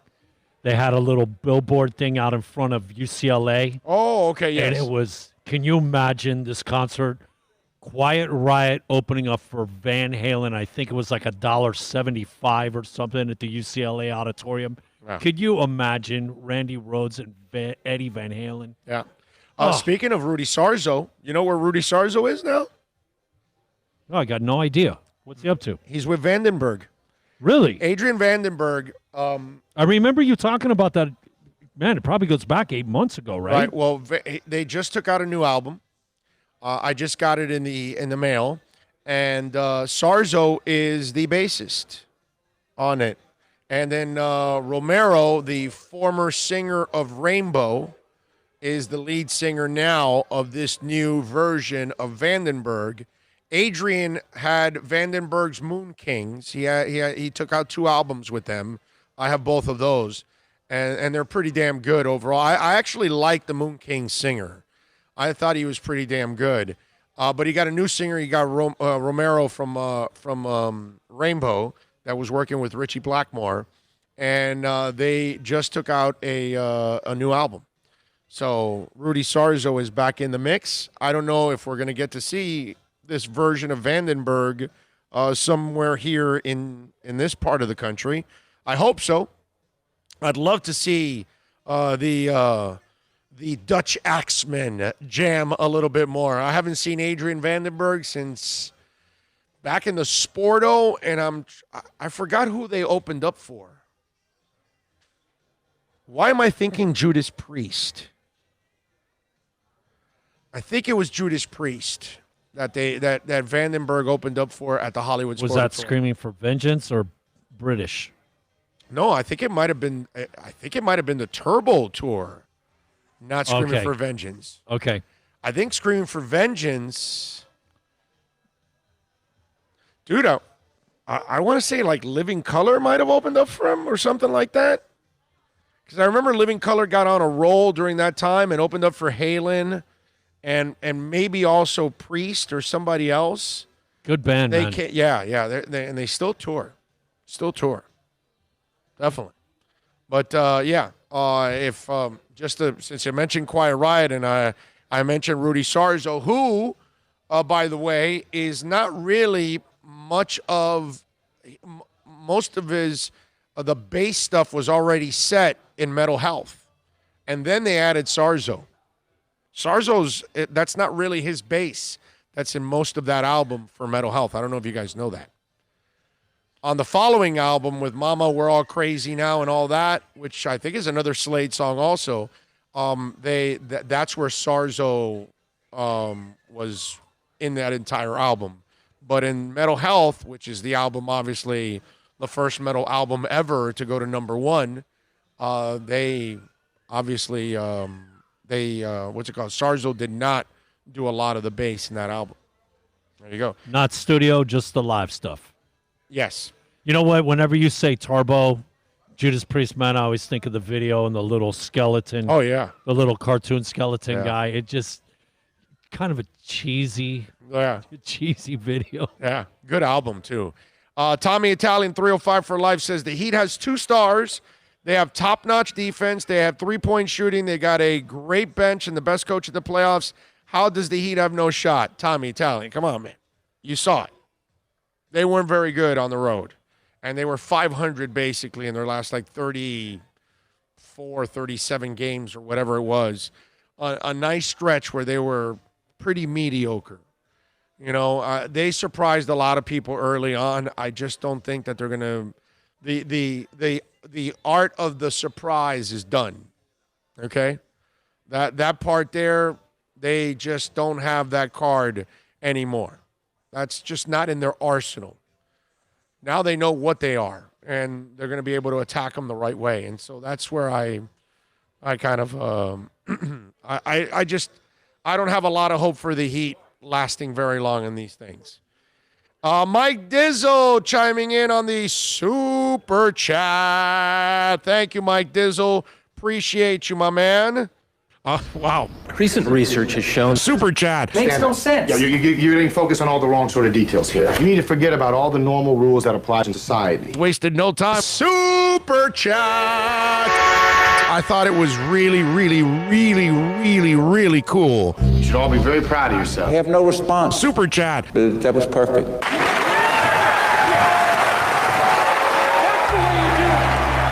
Thank you, my man. I appreciate you out there for chiming in and helping us out, Mike Dizzle, and supporting us there on the super chat. He says, "Big O, my brother, hope all is well." Hey, man, we're working, we're COVID-free, and we're doing good, man. We can't complain. It's a beautiful thing. Got John Ross in the house, doing good. Oh, yeah. Well, when Rouse is in the house, it is all good. Tommy Italian 305 for Life says they got the best home field advantage. LOL. Yes, they do, Tommy. Hey, man, listen, I hope that he can surprise me. And I hope the Panthers, too, can surprise me and do better, too. I would only love to see only that. been waiting for 24 years now, 23 years for a playoff victory series. For the Panthers? Yeah. Only. Yeah, the Heat, I give them a little hope to surprise me. I give the Panthers no hope whatsoever. I kind of expect them to get eliminated by the Islanders. I really do. If they beat the Islanders, I will be so pleasantly surprised. It would be really, really nice. You know what I mean? But these teams, I just don't see them ready yet to take that next step. Teams get more physical. Teams get more physical in the playoffs, man, and we get our butt kicked when we get physical. Yeah, well, the Heat, the Panthers, I don't even know if they're a real playoff team anyways, as it is. See, the Heat is a legitimate playoff team.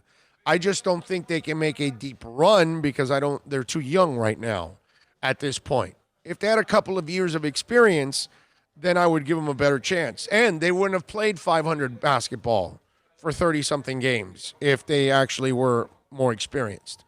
But they're young, man. I just find it unfair to expect a lot from the Miami Heat.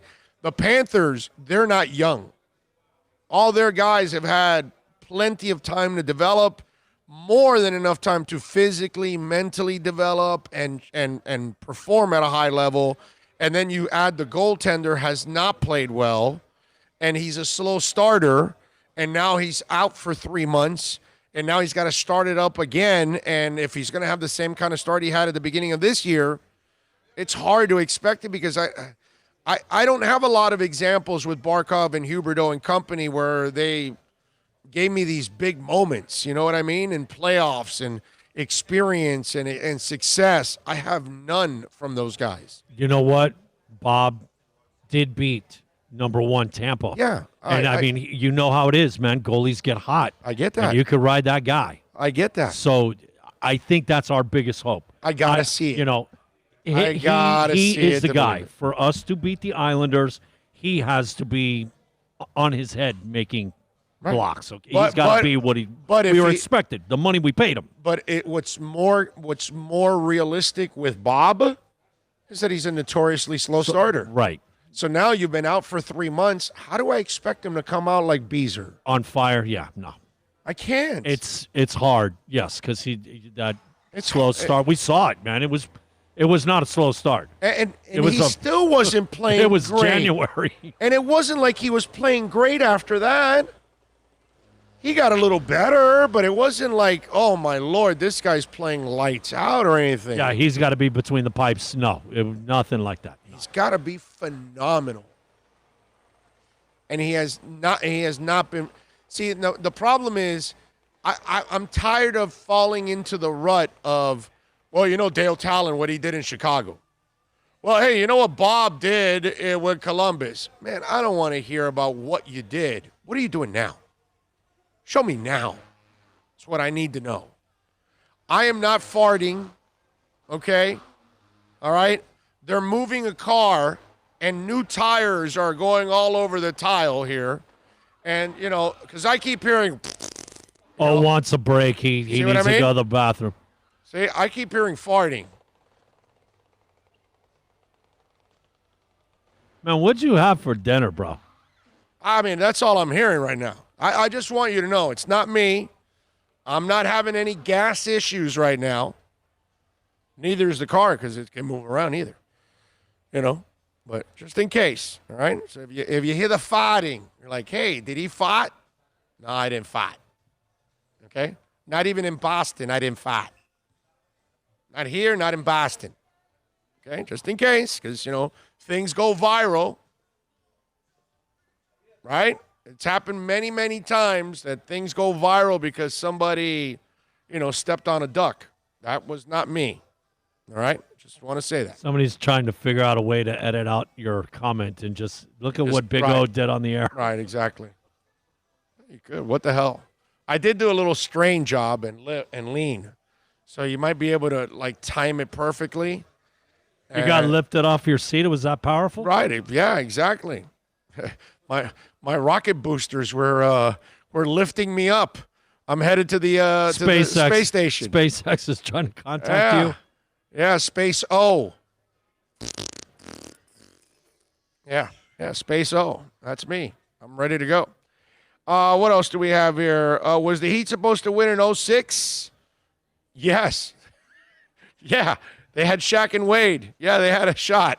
I don't know if you realized it, but the year before, they were injured, and if they weren't injured, they would have kicked and finished off Detroit and then San Antonio. They would have won back-to-back titles. Because actually, the year before 06, sir, I'm not sure if you know Heat history. I was more impressed with Shaq and the Heat that year than I was the following season. Oh, yeah. Look, the championship was Zoe's 15 or 17 minutes, man. Huge difference. Well, man. Not Shaq. Come on, really? Are you going to say that? It's like when people say things like that, it's like, did you follow the history of the team? Do you remember the year before? The year before for me is super bitter. I got to tell you. It's like watching the Ohio State UM game and the bad call at the end. That's how I feel about the 05 season as a Heat fan. They were better than Detroit, and they were going to beat San Antonio because Shaq was, wow. Like, Wade was the bomb. We knew that already. But Shaq came in motivated. He was slim. He was already getting back his fatness the next season. That 06 season, I mean, Zoe was the best center in the NBA Finals, not Shaq. I mean, clearly, my man, you really didn't follow Heat history. were they supposed to win? Yeah, dude, they were really good. Yes. Yeah. Wow, man. 786-322-1105 if you want to get in on the accidentlawfirm.com text line. You can also reach out to me on Twitter. That's at Big O Show. Oh, if they took a knee for soldiers that passed or fight world hunger or whatever fits other perspectives, it would be accepted. Where are the people who want respect for the heroes that died to protect us, not fighting to protect those that is asking for help? Amen. Exactly. That's why they kneeled, and that's why they fought for this. They fought because they wanted to fight for people that can't fight for themselves. Big O, I'm glad the Dolphins did not draft Duke Johnson and Isaiah Crowell. They both have fumbling issues, and Duke Johnson's not an every down back. I take Le'Veon Bell over both those guys, and I hope that Adam Gase and the Jets cut him so the Dolphins can pick him up. Well, my brother, I don't think that that's going to be the idea behind any of that. They will eventually try to unload him if they can by trading him, and that'll be hard too. And even if they cut him, I don't think the Dolphins are going to be interested in a guy like that. I think the Dolphins are going to get by with Breida and Howard because the position of running back is so devalued that I think the Dolphins, they want to settle the Tua thing, and then when he's comfortable, they could draft a young back that they can milk and play under Tua. But I don't think they want to get to a point where they're developing a guy that they have to pay. And they don't want to go and pay those kind of guys. I think they want to rotate those running backs in and out. So you could see them draft a guy that they may not even give him a second contract. Okay?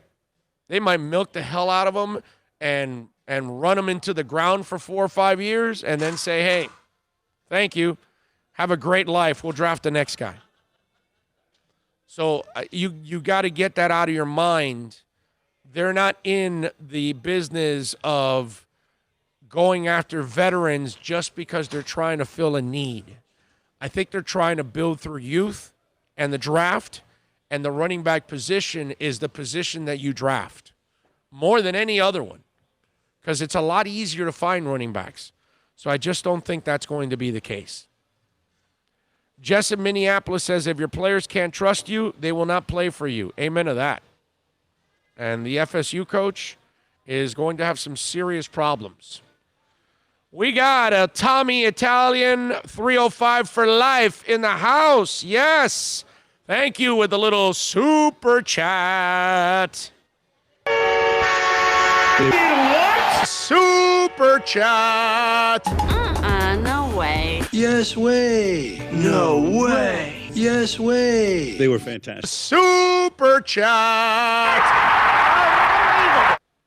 He says, Tommy Town says, I watched every game since 90 and 05. They were better, but like I said, they were not the favorites in 06 because Shaq was no longer a star.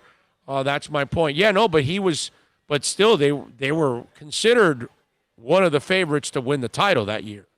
They were still considered one of the teams that would not surprise you if they win. And you're right, Shaq was already back to all his bad habits in 06. That 05 team, man, I hated those two injuries. What was it, a thigh and a rib, right? One had a thigh, one had a rib, if I'm correct. I want to say Shaq had the thigh and Wade had a rib. That 05 season still bothers me, I'm telling you. They were ready to kick their ass. Listen, in my opinion, if it's not for Michael, man, the Zoe, Marley. Yeah, they might have won one. That Mashburn. They might have won that one. group, man. I mean, yeah. We lost that one series to them 4-2, and then the next year, of course, was a number one seed. The Knicks probably think the same thing. Man, this red Supra is so awesome, dude. I love this red Supra. Oh, man, that thing is nice. and it flies like a rocket. Telling you, man.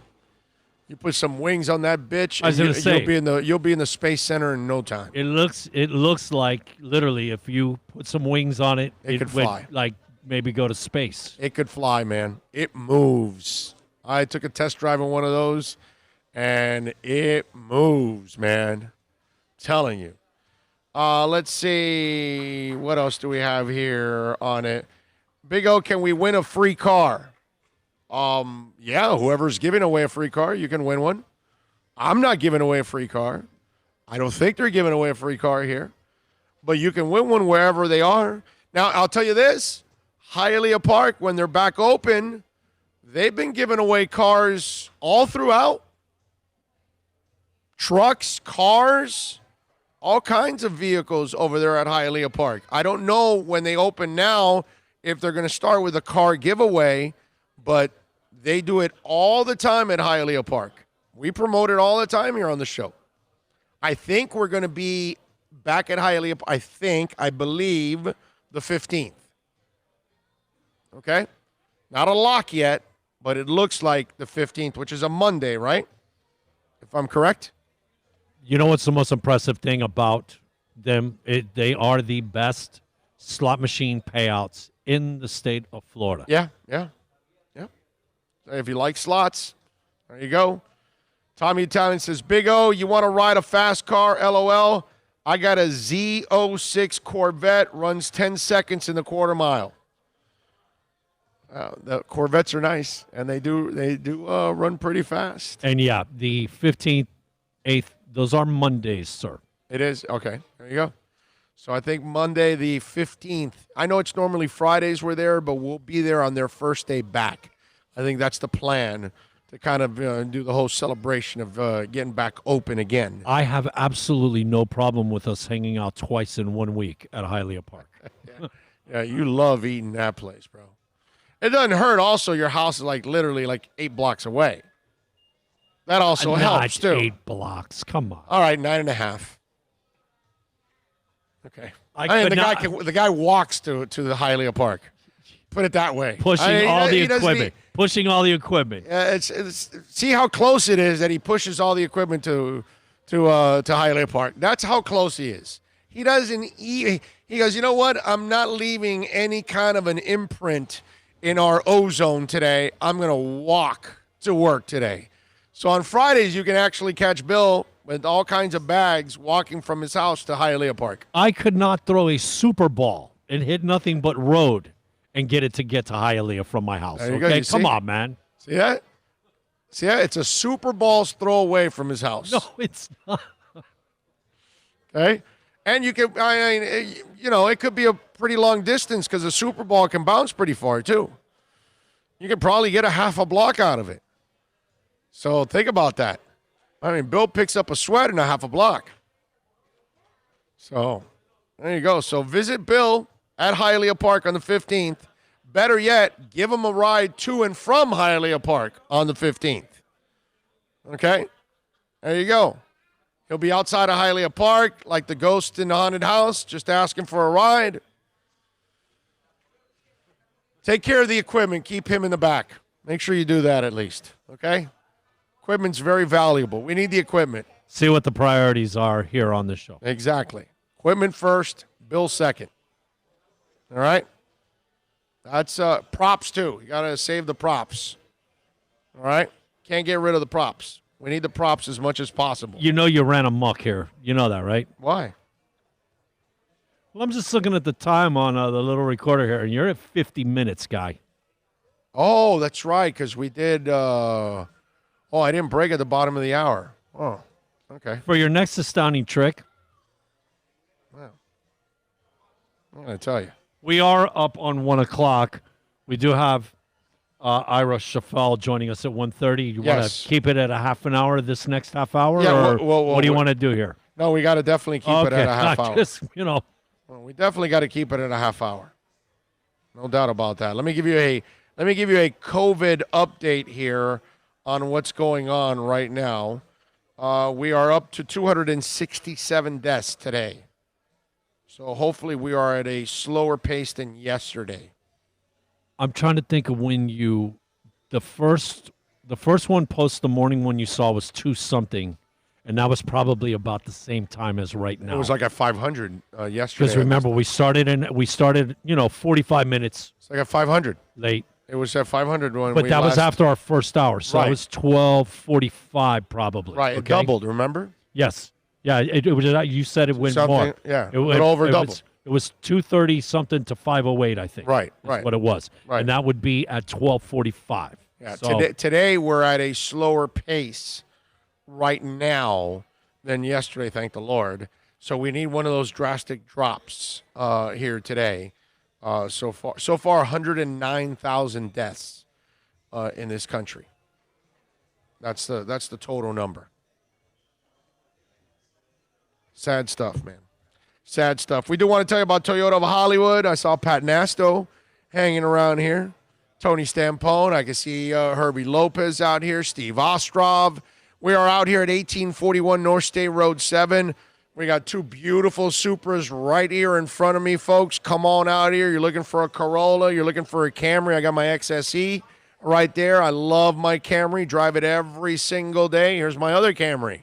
There you go. Love it. Come on out here to Toyota of Hollywood. We've got 90 days, no payments. So if you're buying or leasing, we know it's a tough time right now, so they're making it a little easier for you in your transition. 90 days, no payments, over 400,000 square feet, state-of-the-art equipment. Got a sales staff here that is just absolutely awesome. They will take care of you, folks. Number one volume Toyota dealership in the Southeast United States now, 6 years in a row. Find out for yourself. I own a Camry. I would never tell you to go buy or lease a vehicle where I wouldn't do it myself, and you can do it also. Come on out here. Tell them that Big O sent you. Make sure you mention our name right out here at 1841 North State Road 7. It is Toyota of Hollywood. Wow. Recent research. America's safest and best-selling compact luxury SUV is at Acura of Pembroke Pines, and this is how we do it. RDX, $339 a month at Acura of Pembroke Pines, the #1 volume Acura dealer. Are you tired of watching the same old travel videos on the internet? Well, then check out MikeNoGoZones.com, a travel documentary that's breaking barriers. I go to the places that the media tells you to fear, where no one else dares to go. Baltimore, Opelika, South Side of Chicago, and more. Go to MikeNoGoZones.com.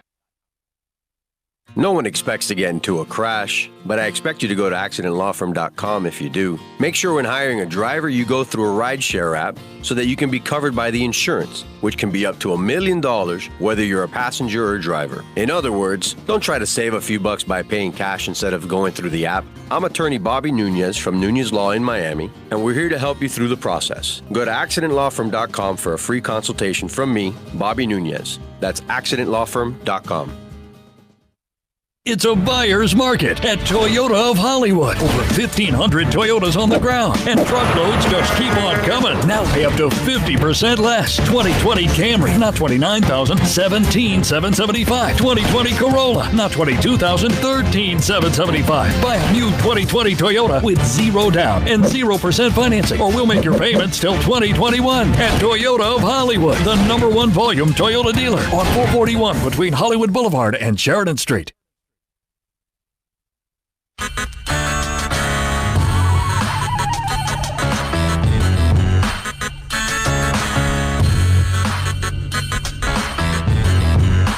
This is the Big O Show. This is the Big O Show. This is the Big O Show.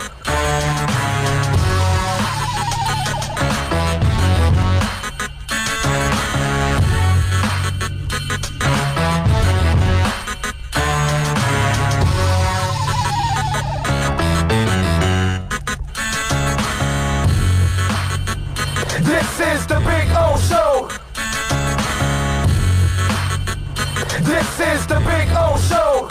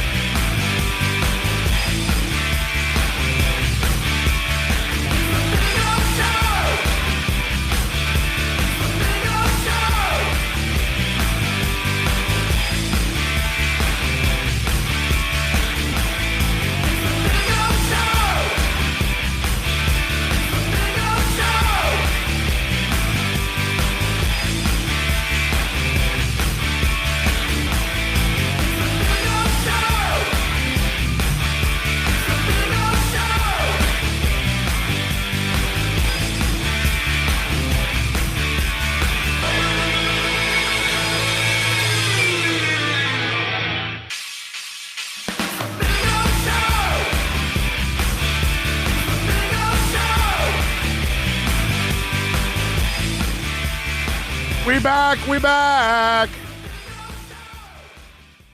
All righty, we are out here at Toyota of Hollywood. You know, the one thing that I would tell you about the whole Drew Brees situation, or we've got Vic Fangio, and Vic Fangio also got into the fray of all of this. And the one thing that I would say to Drew Brees and to Vic Fangio, and Fangio, you know, he came out with his ignorance and, there's, I don't see racism in the NFL. And it's like, come on, dude. I mean, it's just like, and he realized that it was tone deaf. And I think Drew Brees also realized it's tone deaf. The only thing that I would say is don't apologize if you don't mean it. Don't apologize if you're just apologizing because of the heat you're getting. Because if you really don't mean it, then your apology it'll get exposed for not being sincere. But if you do understand the plight, if you do see the fact that that people aren't being treated equal, and that you're willing to fight for it, because that's what you're supposed to do. When you watch that commercial of the young woman that is in the Army, what is that? What does she do in that commercial? She's fighting in a war, and then she's also fighting other wars when she's personally involved in school and other places. She sees a kid being bullied, and it shows her how she's rushing to help that one that is being bullied. Well, do you think that there's some kind of correlation to all of this? So if you're Drew Brees or if you're anybody else, and whatever feelings you may have about the flag, that's kind of what it's about. It's about fighting for those who can't fight for themselves. That's the American way, because that's how we create equality. We provide women the same opportunities as men. We treat people in the LGBT community like human beings. We don't treat you lesser because you're black and not white. That's what being an American is. That's what the military is doing. They fight for everybody. And it doesn't matter when. It could be in the middle of a national anthem. Could be in the middle of a political speech. Could be in the middle of a protest. Could be in the middle of a war. Could be in an alley. That's kind of what an American is fighting for those who can't fight for themselves. That's when you're a real hero. That's when you're a real American. What's un-American is not supporting, not fighting for, not believing in a cause. That's un-American. Un-American is stopping people who are fighting for a cause. That's un-American. I'm just saying. These are things that I just feel like we should look at them a little differently than how they're being viewed.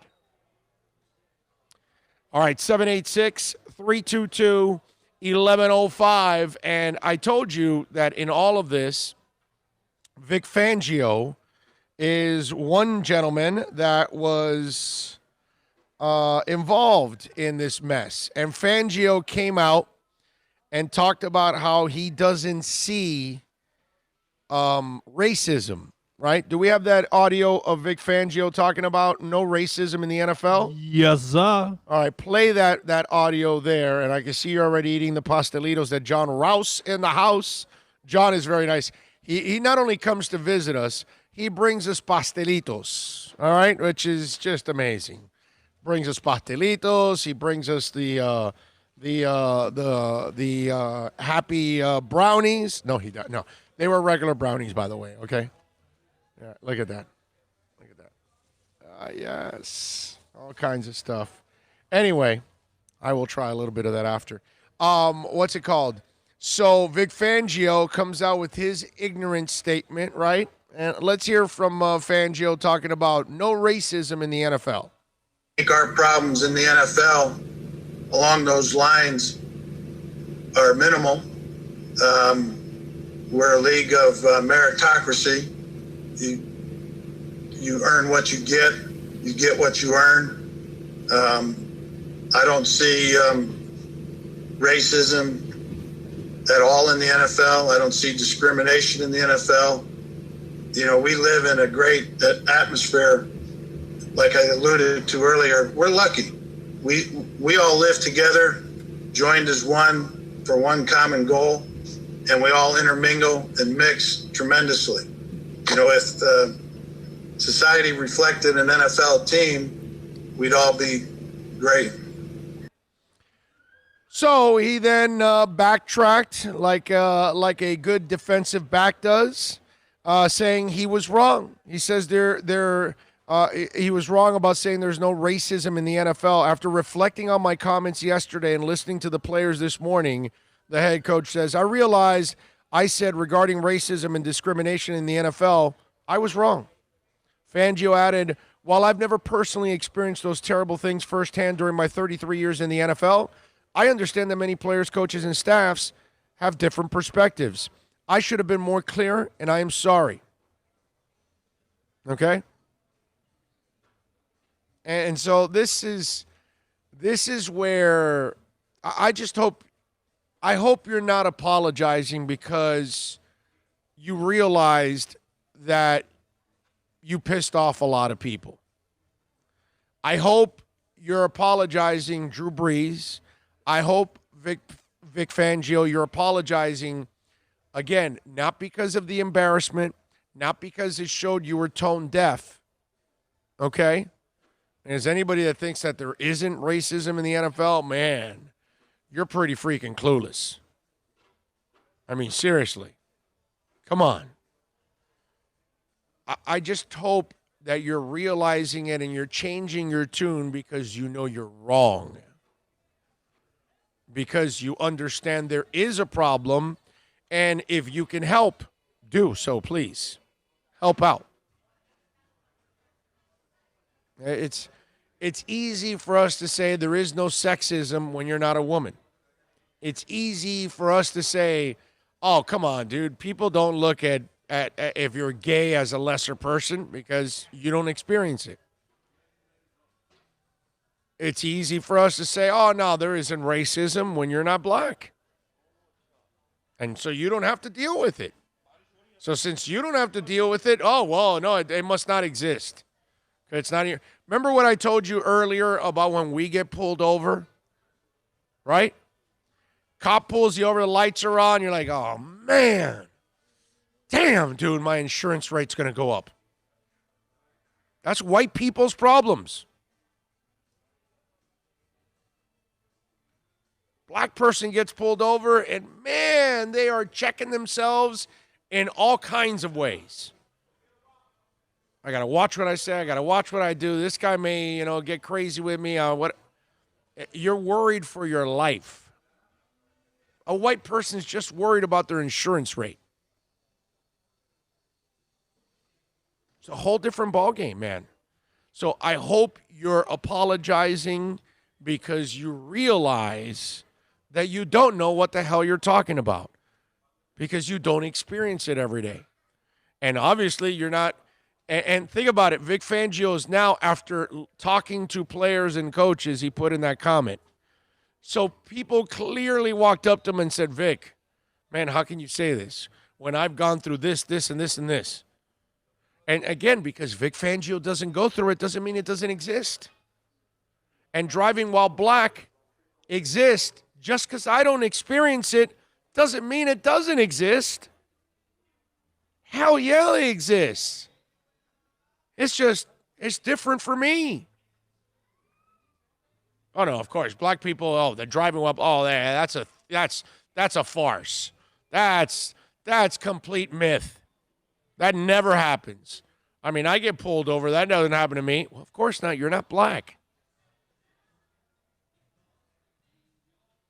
But I hope some of you, at least, I hope one person I reach today, just with that little example of the insurance, because it's what you think when you get pulled over by the cops.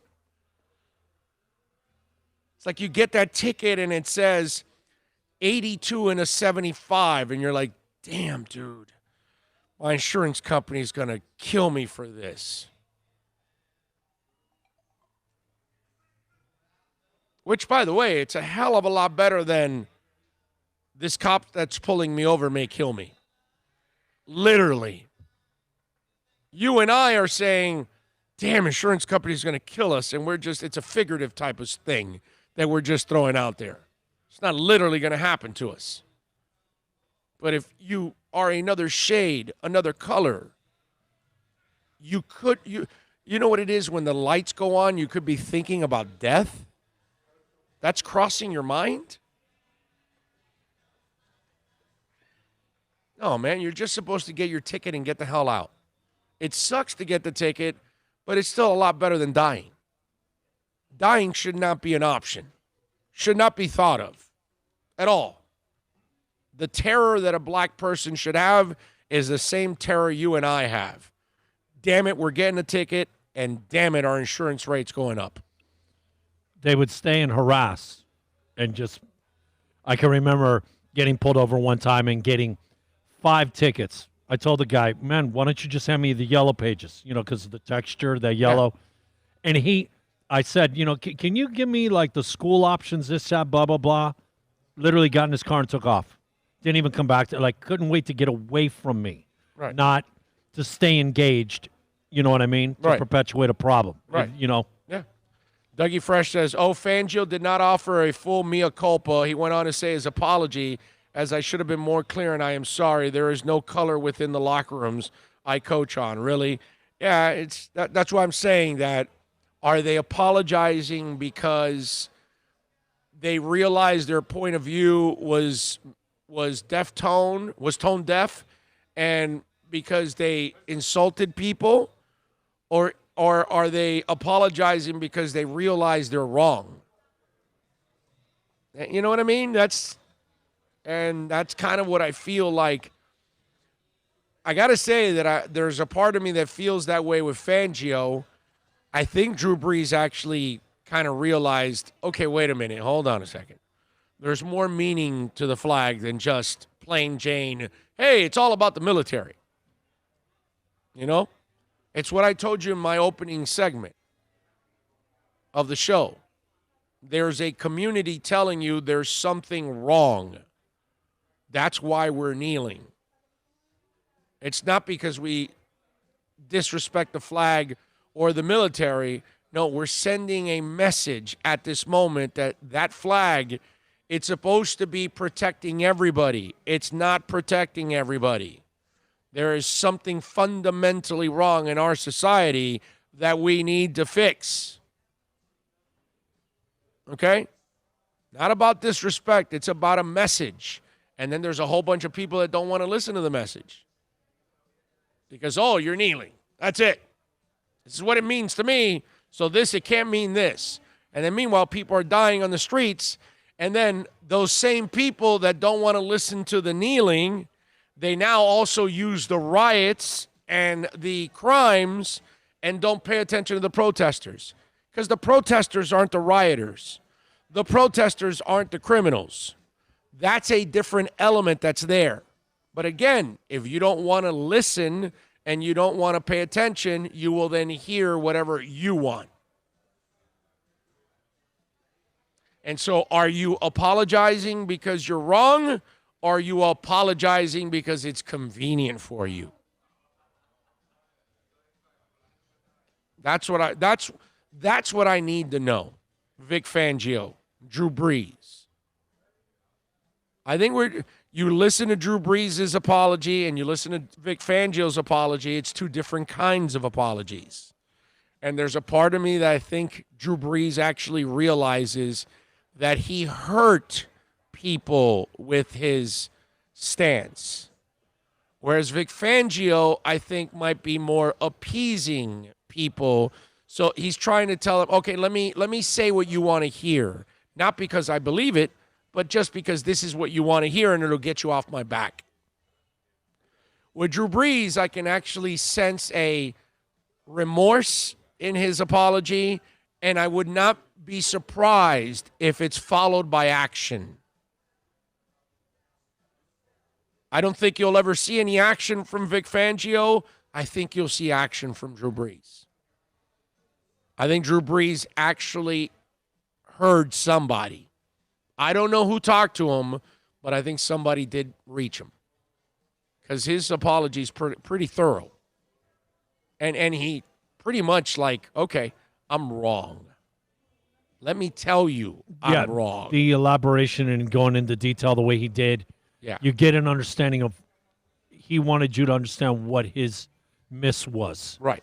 Fangio, he didn't even, all you got to do is say, I was speaking specifically about the locker room, that locker room environment of players and coaches, that inner sanctum within the football operation. Mm-hmm.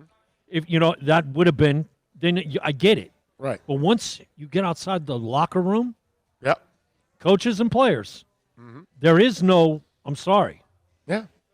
Are we the only organization that has enough, a decent amount of black people involved in your front office? Oh, our organization, yes. Dolphins? Oh, yeah. Yes. And probably the only one? Yes. That's 1 out of Guaranteed. 32. I'm sorry. Sorry, Vic. And it's sorry, not, Vic. And it's not like there aren't qualified people out there to get the jobs. It's right. You've mentioned many. Yeah, you're passing them up on purpose. That's all. Alonzo Highsmith's been waiting for an opportunity, and you give it to Mike Tannenbaum. So Mike Tannenbaum gets a second opportunity before Alonzo Highsmith gets his first. Think about that. I remember you were upset about Alonzo thinking about taking the job because it was, no, man, you're a pro. Yeah. You're an NFL guy. I want Alonzo to get what he deserves. One shot at being a general manager. He has worked his ass off already for 20-plus years, almost 30 now in this league. He deserves a shot. And there's nothing new. I've been championing Alonzo Highsmith for years now. Years. Because it's just somebody that was, qualified. That's all. Pretty simple. Just give the damn person an opportunity. That's all of us what we need in anything in life. You get an opportunity, now you get a chance to prove yourself. And we're not doing enough of that. So I just hope that they're apologizing for all the right reasons. That's all. Don't apologize just because you're embarrassed or because you got called out and you don't really believe the apology, but you'll do it just to get people off your ass. That to me is just not enough. I just hope you're doing it because you really believe what you're saying. Let's see. He put bagel. I am shaped like a bagel, but I think he means Big O. I am a black Cuban descent. When I get pulled over, I turn the lights on in the vehicle, stick my hand out the window. When the officer asked me why, I told him I don't want to be in an accident. There you go. Yeah. I don't blame you. Meanwhile, I get pulled over, and I'm just mad at myself because obviously I did something stupid. I mean, that's the other thing. Now that I think about it, you get pulled over sometimes when you're black, and you're like, well, wait a minute, I didn't do anything. What am I doing? I'm getting pulled over because I'm black. That's never happened to me. When I get pulled over, I knew I did something wrong. Think about that. You know what I mean? I get it. Look, when we're young, we're like 17 and we're driving, and you're driving a really nice car and you're 17. cops may pull you over because they think, hey, what's that kid doing in that car? You know what I mean? Is he even old enough to drive? Maybe that happens to kids in expensive cars or something like that. But most of us, again, when you're white and you get pulled over, more often, I'm not saying every time, because there are times all of us have been maybe pulled over, or at least most of us have been pulled over one time or another when we didn't deserve something. Okay, that can happen to anybody. But on a consistent basis, you are pulled over for your color. You're in the wrong neighborhood, which there's no such thing as that, but you know what I'm saying. And so it's a different type of feeling. These are different experiences that we just don't live. We're not used to walking into a store and you then all of a sudden things tense up a little bit because the tall black guy walked into the store and there's only one other person in that store or two, and they get uneasy. Meanwhile, the white guy walks in. Oh, hi, how you doing? Hey, great, yeah. And right away, you're disarmed and you're comfortable. You don't know what it's like to walk in and make somebody uncomfortable, make them tense up. The regular white guy walks down the block, and the person coming up the block crosses you. The black guy walking down the block, that person sees you coming, they cross the street to keep walking in the opposite direction of you. That ever happened to you? Probably not, because you're not black. You know what I mean? These are things that it's just stuff that you don't normally deal with. Now, if you're a big biker dude, you might have experienced some of the things that black guys experience. Right? Because the big, long, tall-haired biker dude with the tats may get that same kind of feel. You know what I'm saying? But me, I don't get that ever. Nobody's ever crossing the street to avoid me. When you had long hair, man, did you get that feeling? At times? At times. A little bit, yeah. There were times when I had long hair that, yeah, I could be looked at like a little, yeah. That might have happened a little bit. Those preconceived notions. Sure. Judging a book by its... Yeah. Dude. It happens. Yeah. Lisa Rose says, my friend who is African-American has a son in his 20s, and she always says that she's afraid her son is going to get pulled over for driving while black. Exactly. Because it happens. Because the person behind that wheel, that police officer, is racist. Because they've already profiled you. Right? Oh, no, that young black guy, what's he doing behind that car? He must have stolen it. He's got to be a drug dealer. Let me pull him over because there's a good chance I'm going to find something on him. Think about that thinking. Okay? You're already fishing because you're rolling the dice that chances are, well, he's black, he's young, and he's behind a really nice car. You know what? There's a good chance I'm going to hit on something here. A suspended license, drugs in the car, a gun or something. I'm going to hit the jackpot. That's the thinking, man. Yep. To take it a step further, in the last few years, we've even heard some people try to defend racial profiling and pulling people over. Right, yeah. You know, which is like, man, are you serious? Like, well, that's the thing that Bloomberg was nailed with, and that pretty much kind of ended his presidential run, right there. That whole thing right there, that actually killed Bloomberg. Big O, it depends on where you live. I'm Hispanic in the Northeast, and I get nervous with interactions with law enforcement that I used to be a part of. That's understandable, Call of Duty 1. That can happen, for sure. Now, for a black person, it's anywhere. Doesn't matter where they're at. You know what I mean? We're up on a break, brother. All right, let's do this. We're going to talk to Ira Schofel. The heat is on at FSU and with head coach Mike Norvell from FSU. My man Ira Schofel has been covering the Seminoles for a long time. He is the editor of War Chant. We will talk to him about that situation next. It's a buyer's market at Toyota of Hollywood. Over 1,500 Toyotas on the ground, and truckloads just keep on coming. Now pay up to 50% less. 2020 Camry, not $29,000, $17,775. 2020 Corolla, not $22,000, $13,775. Buy a new 2020 Toyota with 0 down and 0% financing, or we'll make your payments till 2021 at Toyota of Hollywood, the #1 volume Toyota dealer on 441 between Hollywood Boulevard and Sheridan Street. Are you tired of watching the same old travel videos on the internet? Well, then check out MikeNoGoZones.com, a travel documentary that's breaking barriers. I go to the places that the media tells you to fear, where no one else dares to go. Baltimore, Opelika, South Side of Chicago, and more. Go to MikeNoGoZones.com. No one expects to get into a crash, but I expect you to go to accidentlawfirm.com if you do. Make sure when hiring a driver, you go through a rideshare app so that you can be covered by the insurance, which can be up to $1 million whether you're a passenger or a driver. In other words, don't try to save a few bucks by paying cash instead of going through the app. I'm attorney Bobby Nunez from Nunez Law in Miami, and we're here to help you through the process. Go to accidentlawfirm.com for a free consultation from me, Bobby Nunez. That's accidentlawfirm.com.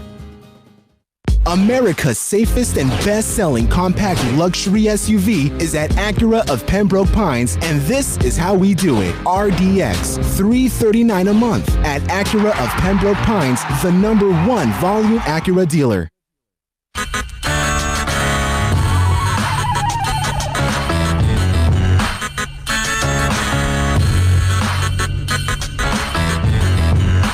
This is the Big O Show. This is the Big O Show. This is the Big O Show. Big O Show.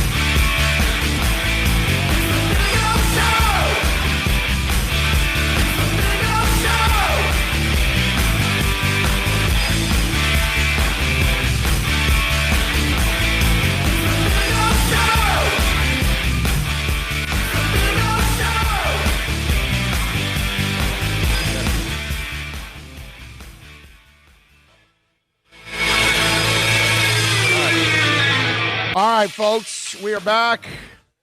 We were gonna talk to Ira Schofel, but he got bombarded with this thing. He just got done with the AD, and I just saw that he talked to the AD, David Coburn, addressing the Board of Trustees, and so he's working on this story right now. So we are awaiting. I don't think we'll be able to talk to Schofel today. I'll see if I can get him tomorrow and follow up on all of this going on with the Board of Trustees and FSU, and obviously the Coach Norville. It's going to be a rough one for Coach Norville this year. All right, so let's do this. Let's switch a little gears. Excuse me. Wow. Got the throat dry here a second. Don't feel alone, man. All of us allergy people. This rain going on here, man.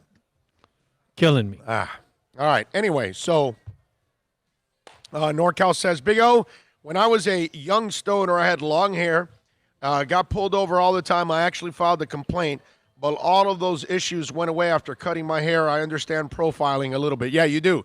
When you're like a biker dude or you got long hair, rocker dude, you get a little profiled. You have a little bit of profile. You can understand a little bit the plight that the black community goes through on a daily basis for everything. You know what I mean? It's just it's one of those things. It is kind of an odd one. Well, I always had my hair. You know, when I was in school, I used to love having long hair, right? And then my senior year, I cut it. Had short hair, and then had short hair most of my lifetime. But then as I established myself in this business, like over the last 10 years or something like that, I've let it grow at times and really long too. But that's because people already knew me, so it didn't matter. They knew who I was, so they weren't going to change their tune just because I had long hair. But when you would run into people that had no idea who you were, and then they see the long hair, yeah. Then some, stereotyping comes in and all that. It happens, man. What are you going to do? I'll tell you an interesting story on the football side, and it has to do with Ryan Tannehill. I read here where the Titans may reduce Derrick Henry's workload to spread the ball around more. It said last year, Derrick Henry led the NFL with 303 carries on 1,540 yards rushing. Those numbers may go down by design. Titans offensive coordinator Arthur Smith said it will probably be for the better for Tennessee's offense if more guys are touching the ball, according to Mike Girardi of the NFL Network. Smith said he's excited about rookie third-round pick Darrington Evans, who will likely be the Titans' number 2 back this season. Now, remember, they signed Henry to a tender deal, a one-year contract. They didn't give him the long-term contract that he has earned because, one, he's a running back. And the running backs, as you all know, that's a devalued position. Plus, you look at the recent history, and you've got the Todd Gurley contracts that have turned out to be a bad contract. The Le'Veon Bell one has not really paid off. There's another one, not the Zeke Elliott one. There's another one that was also a big contract. Oh, Devonta Freeman. He got a contract, and clearly shortly after that contract.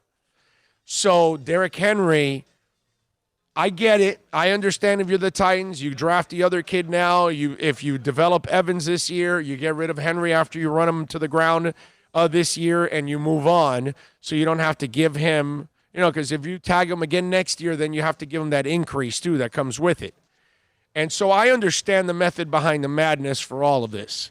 But I got to say this. Here's where I'm going to laugh, and I'm going to laugh my ass off like out loud and every week. If they think that less of the running game, okay, and more of the passing game is what's going to get them over the top. What that's going to lead to is more mistakes and more losses. Okay? You got to limit what you do with Ryan. They did it perfect last year. They only needed a few throws from him in every game. And the kid made the throws you needed overall pretty much. But you saw last year in the most important game of the season, the other team figured it out. We're going to shut the run down, and you're not going to beat us with the pass. And sure enough, Ryan couldn't beat them with the pass because that's not who he is. So I'm just saying, Arthur Smith, he might be getting a little too cute down the line, and he's going to end up paying a hefty price thinking that Ryan Tannehill is a real quarterback. I'm just saying. That's one that, to me, you want to do that? You go ahead, my man. You go ahead. It's not going to be pretty when it's all said and done. And that's the other thing. Derrick Henry sees that they gave Ryan the contract, and he carried that offense. And so they give Ryan the big deal. They tag him with a 1-year contract, and they draft another guy in the 3rd round. And being Derrick Henry is not easy. It's not easy to compartmentalize all of that and say, well, I'm going to put aside the fact that I was the most important person on the offense and they didn't pay me. They paid the quarterback that played off of what we were doing. And then they also go draft a guy in the 3rd round. So they're basically telling me, we're not going to pay you the big money, and we're going to replace you a year from now. Oh, and then you want to add insult to injury for Derrick Henry? Now the offensive coordinator says, we may spread the ball around. So then that means if it happens, which I don't think so, I think they'll go back to Derrick Henry and give it to him and let him dominate. But let's just say it works out. So now you put up less stats, so you're not as sexy the following year in free agency. It's not easy being a running back, dude. Man, it's not easy being a running back. Holy moly. That's a tough position to be in if you're Derrick Henry. Tannehill shouldn't throw more than 15 times a game. Yeah, in a perfect world, 15, 20 is probably the perfect number to keep him at. You definitely don't want him going 30-plus because that's when you start getting into some serious trouble.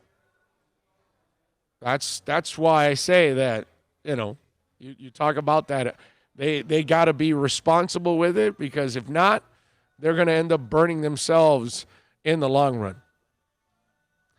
The other thing that I saw out there, and this guy's got to learn to kind of shut up already and just go out and play, dude. You got a ton of talent. You're a Hall of Fame caliber player. Not if you continue on the pace you've been on the last couple of years, but if you get back on track, you're easily a Hall of Fame type player, obviously. But you're more of a distraction than anything else, and that's Odell Beckham. And this, this is funny because I see Alex Van Pelt, who's the offensive coordinator, and Mary Kay Cabot was asking him about Odell, and he goes, "Oh, he's all in." He goes, "He's brought in. He's been there. It's awesome. It's good to have him in there. It's good for him.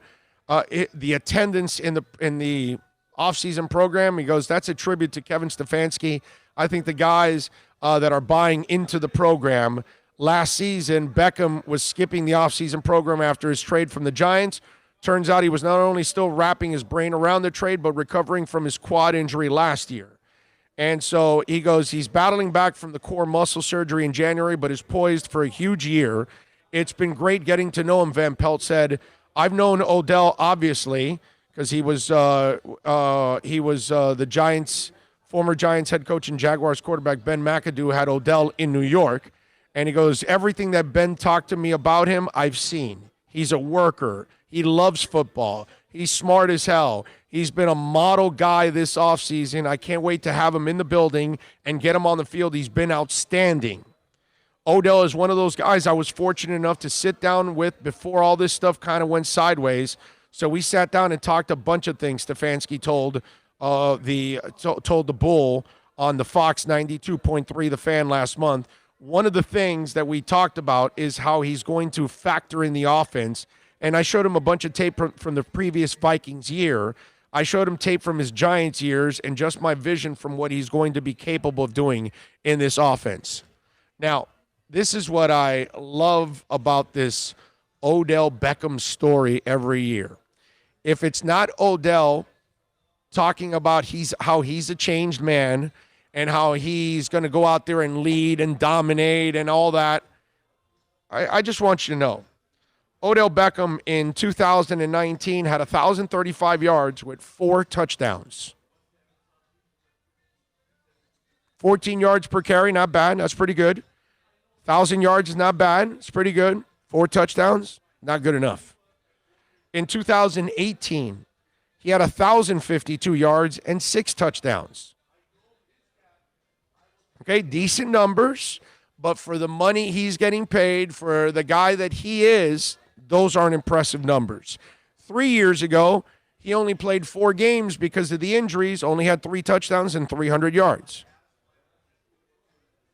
In 4 games, it's actually not bad numbers if you prorated those.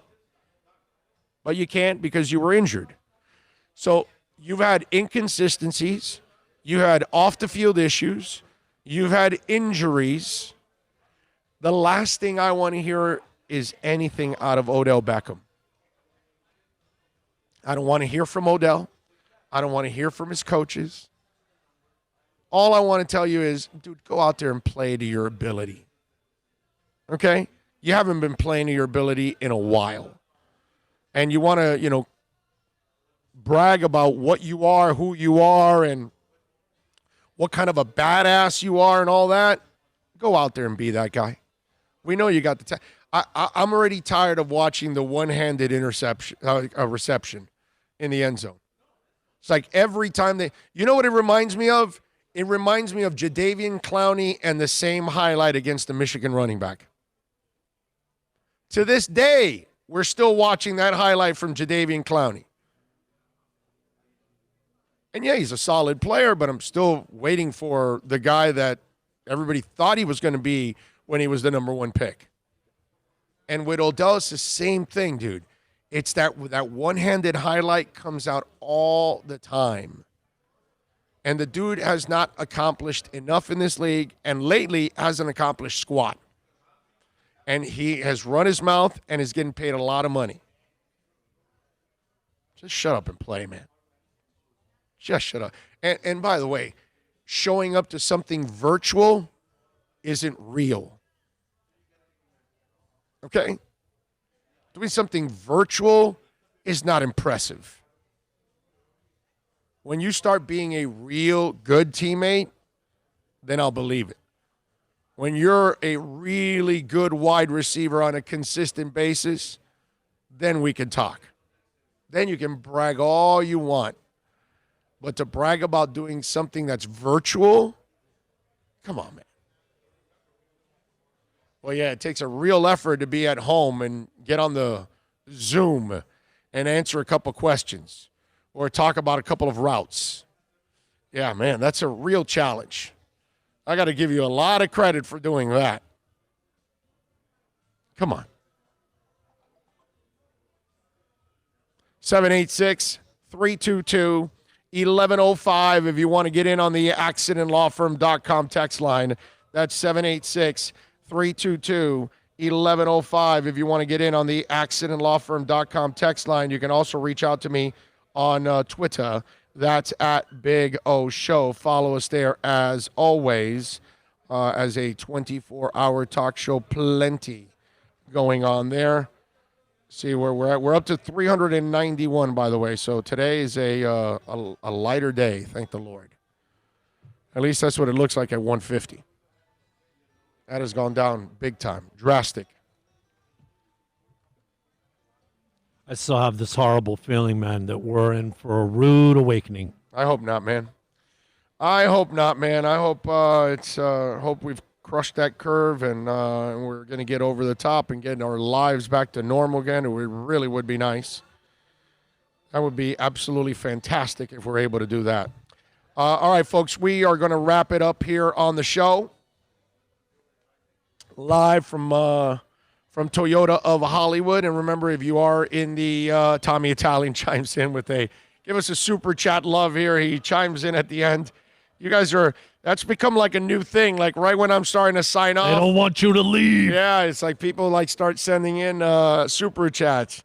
Wow. Recent research has shown Super chat. makes no sense. Yeah, you're getting focused on all the wrong sort of details here. You need to forget about all the normal rules that apply in society. Wasted no time. Super chat. I thought it was really, really, really, really, really cool. You should all be very proud of yourself. I have no response. Super chat. That was perfect.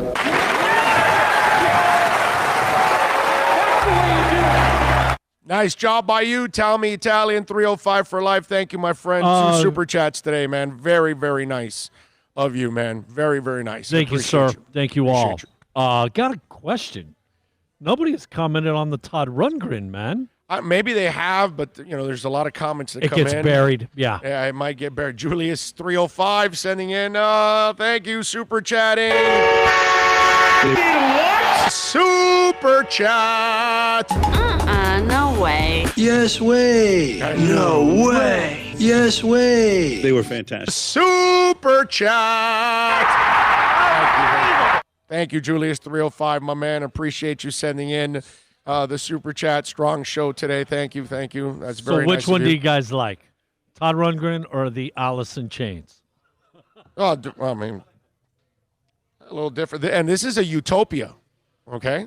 Because this was a utopia Todd Rundgren tour. I've been wanting to see that guy, man. Myron Sanchez sends in another super chat. Myron, thank you. What's going on in there? Super chat. Excuse me a second. What are you babbling about? Super chat. Super chat. We'll all Super chat. It'll be anarchy. It's out of my hands. He puts, here for anybody that disagrees with my opinion, hashtag Black Lives Matter. Thank you, Myron, man. Very nice of you sending in the super chat, man. Again, that's 2 super chats today. That is just absolutely phenomenal by you guys, man. So nice of you all for chiming in there on the super chat and getting it in towards the end. That is awesome. I'm surprised that it didn't storm something crazy, man. It was looking really nasty. Oh, yeah, out there. it was. That's right. You're right. It was kind of cloudy and ugly, and it did not rain. It happens every once in a while like that. You get teased with some of those clouds, and then they don't show up. I think it's safe to say that we don't have to wait till, I guess it's a couple more weeks, is the official start of summer. That summer's been with us about, the last 3 weeks easily with all the afternoon showers. Yes. Do you know that this storm, being our 3rd named storm of the year already, that on an average year, obviously we have upset, but they say that we don't get our 3rd named storm till like August. So we are way ahead of schedule, what would be average. Wow. To be at number 3 already. Pat in Asheville, by the way, again, a super chat. He says, holy crap, just saw Bill like seeing Bigfoot. I know that, dude. Where'd you get this? Super chat. Oh, gnarly. Awesome. Totally awesome. You guys just want me to stay here, right? I mean, is that why the super chatting is You continues here? can't leave. You can't leave. Well, wait a minute. Hey, you know what we haven't talked about?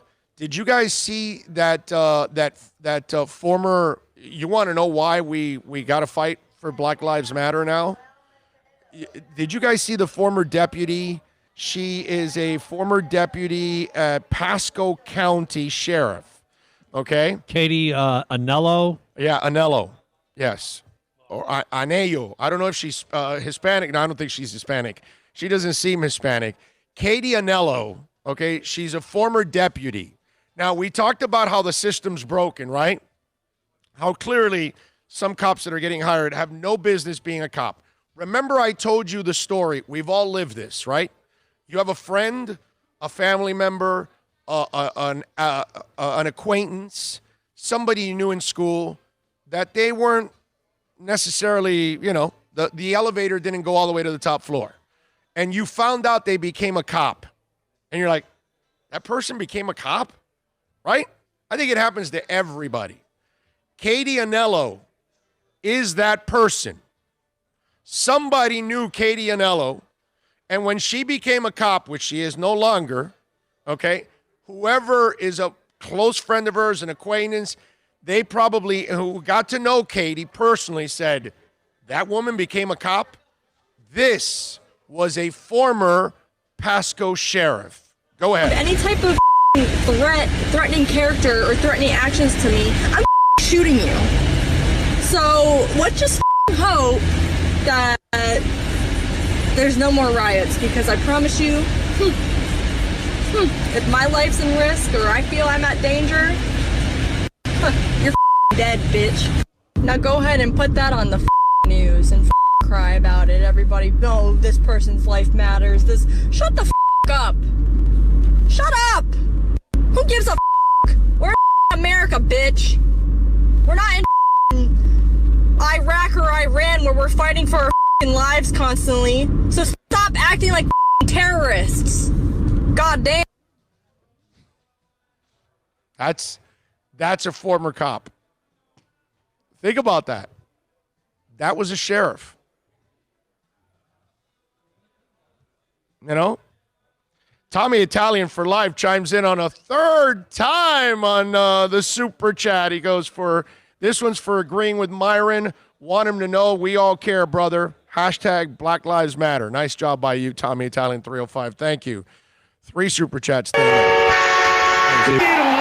Super chat. No way. Yes way. No way. Yes way. They were fantastic. Super chat.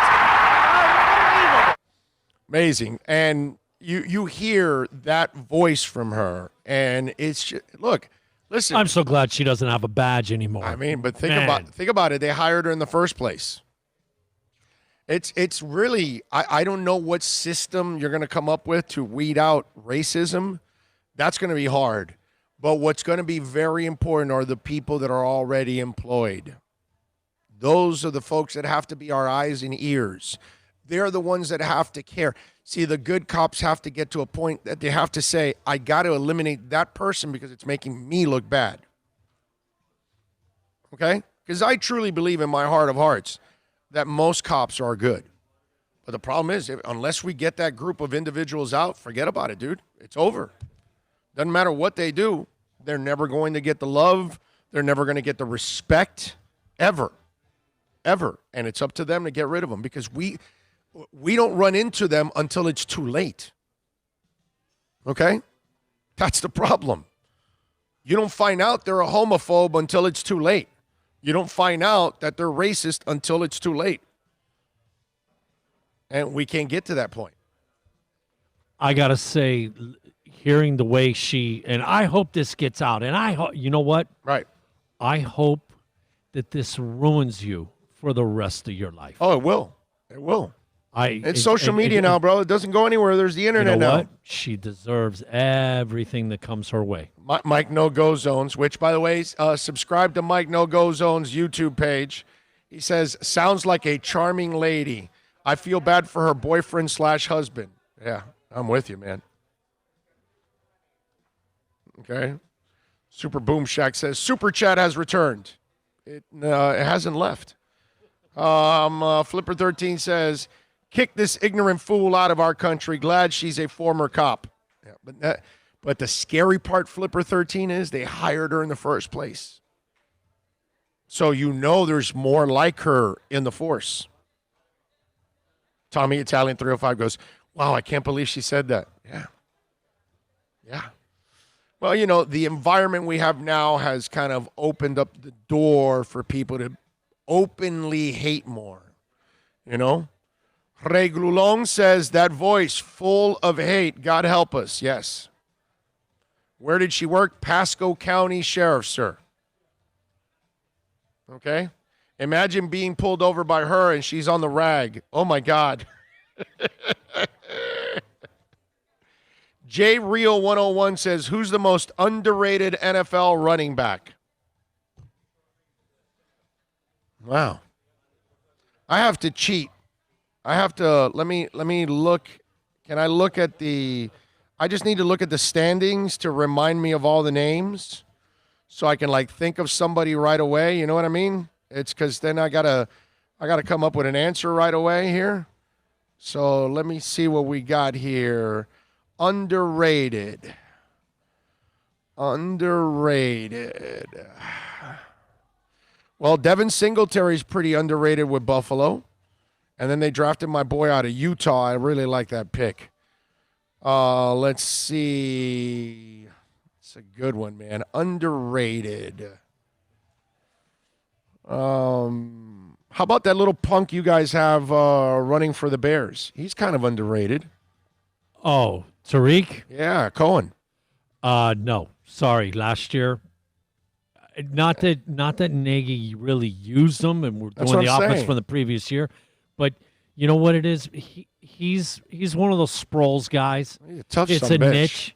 It's a niche, but it's a niche thing, and like you know as well as I do, you're number one running back, man. You got to be able to run in between the tackles and at least carry the ball 20 times a game. Hey, you know, Kenyon Drake at the end of the year was probably one of the more undervalued running backs because he was so good for the Arizona Cardinals. The way they acquired him and used him, he might have been that guy right there. You know who's the guy that is Marlon Mack with Indianapolis? Might be a little underrated. He's pretty damn good. What this guy does when he's healthy, but what his injury issues, the guy from Minnesota, FSU. Yeah, but he's always injured. Yeah, but man, FSU kid. When he's on the field, man, that guy he's phenomenal. is. But that's not underrated. That's not underrated. Like everybody knows, Dalvin Cook is. Yeah, Cook. Right. He's a Pro Bowl running back. If he said underrated, like that kid, Eckler, man. Austin Eckler from the Chargers. That's a little guy that has overcome a lot. That's underrated. The guy from Denver. The guy from Denver that's gotten no credit, lives at home and all that. God, is he from Boise State? Lindsey, Philip Lindsey. Thank you, Lindsey. Yes. Got the a lot of heart. Kid's got a lot of heart, man. Yes, Philip Lindsey. That's not bad. Those are right there. Those are pretty good ones right there. Marlon Mack, I think, deserves a little love for what he is. I would go with that. You know what? The fact that the running back position's just been so devalued, non-appreciated, you know. Well, because it's interchangeable. It's just become so interchangeable, and systems make running backs unless you're a Zeke and you're, Saquon Barkley and you're one of those elite type of backs that are like super special. But we're only, 15, 20 years, but like from the bell cow. You had to have right a running back. Well, the philosophy changed. It's like basketball now with the 3-point shot. Like, no, don't. What are you doing taking that 2? What's wrong with it? The 3 was open. That wasn't the attitude back in the day. Back in the day, you know what would drive me nuts? What are you doing taking that 3, bro? 7-footer going out there to the 3-point line. Man, get your ass in the paint, man, and fight for a rebound. What are you doing out there? Different line of thinking, man. Yeah. Dougie Fresh chiming in on the super chat. You guys really don't want me to leave, man. You guys really want us to stay on the air, I man. remember I used to say, hey, we got a bunch of little 6-footers and 6'2" guys that could shoot threes. Get your ass in the paint and get a rebound. Dougie Fresh says, don't leave. Important matter here. Yesterday we talked about the hottest ladies on TV. How about the ugly? Miss Roper and Jethro's niece. I think Mama June tops them all. Granny from Beverly Hillbillies. Yeah, but you're supposed to be ugly and you're we old and all wrinkled up. That's not fair. Hold on. We did not throw an age criteria on this at all, okay? I mean, Miss Roper is like she's old. Dougie Fresh, she's supposed to be, ill at that point. That's what we all are at that age. Ill. We're all wrinkled up. Super chat won't be stopped, he says. Big O, any chance Cap will be given an opportunity now after the protest? It only takes one team. No shot. No shot he's given an opportunity. Plus, he's been out of football for 3. This will be 4 years now. Everybody's already got their quarterbacks. So the 2020 season's done. So it's 4 years removed from it, 5 years down the line by the time he plays. That's no way. And it wasn't like he was a world beater at that point either. It wasn't like he was a Hall of Fame quarterback, so no, nobody will give him a chance. And it's not the finisher offer the way he handled the last get-together. Yeah, I mean, that was such a fiasco. Yeah, and he doesn't really want to be a quarterback anyways. He wants to be a social activist, and that's what he is. He's turned into a hell of a social activist now for this cause. Okay? Now maybe he'll be more active vocally and maybe physically out there because that's what he needs. But that's what he wants to be anyway. He doesn't really want to be a quarterback. I haven't believed that for a while now. Okay? But I do got to wrap it up now. I was going to say something about what the press person said from the White House regarding why Trump did what he did. She compared it to Winston Churchill going out post-bomb, and it was like, you're going to compare this to fighting the Nazis? These are people in our country. Yeah, it's nothing. I was just going to say, like, you can see the chat board stay stirred up for the next 3 hours. Yeah, not definitely not the case. That's for damn sure. All right, we got to first of all, let's thank the Super Chatters because you guys came in super strong. Myron Sanchez, couple times. Tommy Italian, 3 times. Amazing. You guys are awesome. Mike Dizzle, thank you. Ray Grulong, Julius 305, Pat in Asheville, Dougie Fresh. All of you for chiming in on the Super Chat. Thank you so much. All of you there on the chat board. Wow. Recent research has shown Super Chat. Makes no sense. Yeah, you're getting focused on all the wrong sort of details here. You need to forget about all the normal rules that apply in society. Wasted no time. Super Chat.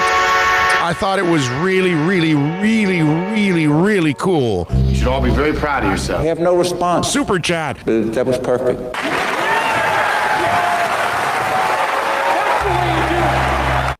By the way, I got to correct myself. We're up to 478. We're like at 508 or something at this time yesterday, so it's kind of at the same pace now. We're pacing. Yeah, we're pacing the same thing. Damn it. Anyway, so the death rate not good. Anyway, so appreciate all of you out there. Of course, if you're sending us a text, a tweet, however it is you support us, share the link as much as you can with folks out there. We thank all of you out there for keeping it locked here on the program. Tomorrow, we will be out at Craig Zinn's Acura of Pembroke Pines, 15601 Pines Boulevard. We've been doing it for 10 years out there. We thank you all out there for always. John Rouse. For stopping by, man. That's right. As always, bro. Rouse is Strong, in the house and bringing some pastelitos, which we love, as always. Thank you, John. You know you got a Appreciate meat pastelito and a cream cheese pastelito. This Yeah, guy's well, a beast, I don't do the cream cheese, so you can have that Guess one. what? That's number 2 for Bill. There Thank you go. very much. Enjoy, my brother. Enjoy. Thank you, John. Thank you all out there, as always. We will see you tomorrow, same time as always. You be good. Much love and be safe. You guys stay safe. Stay dry. We'll see you tomorrow.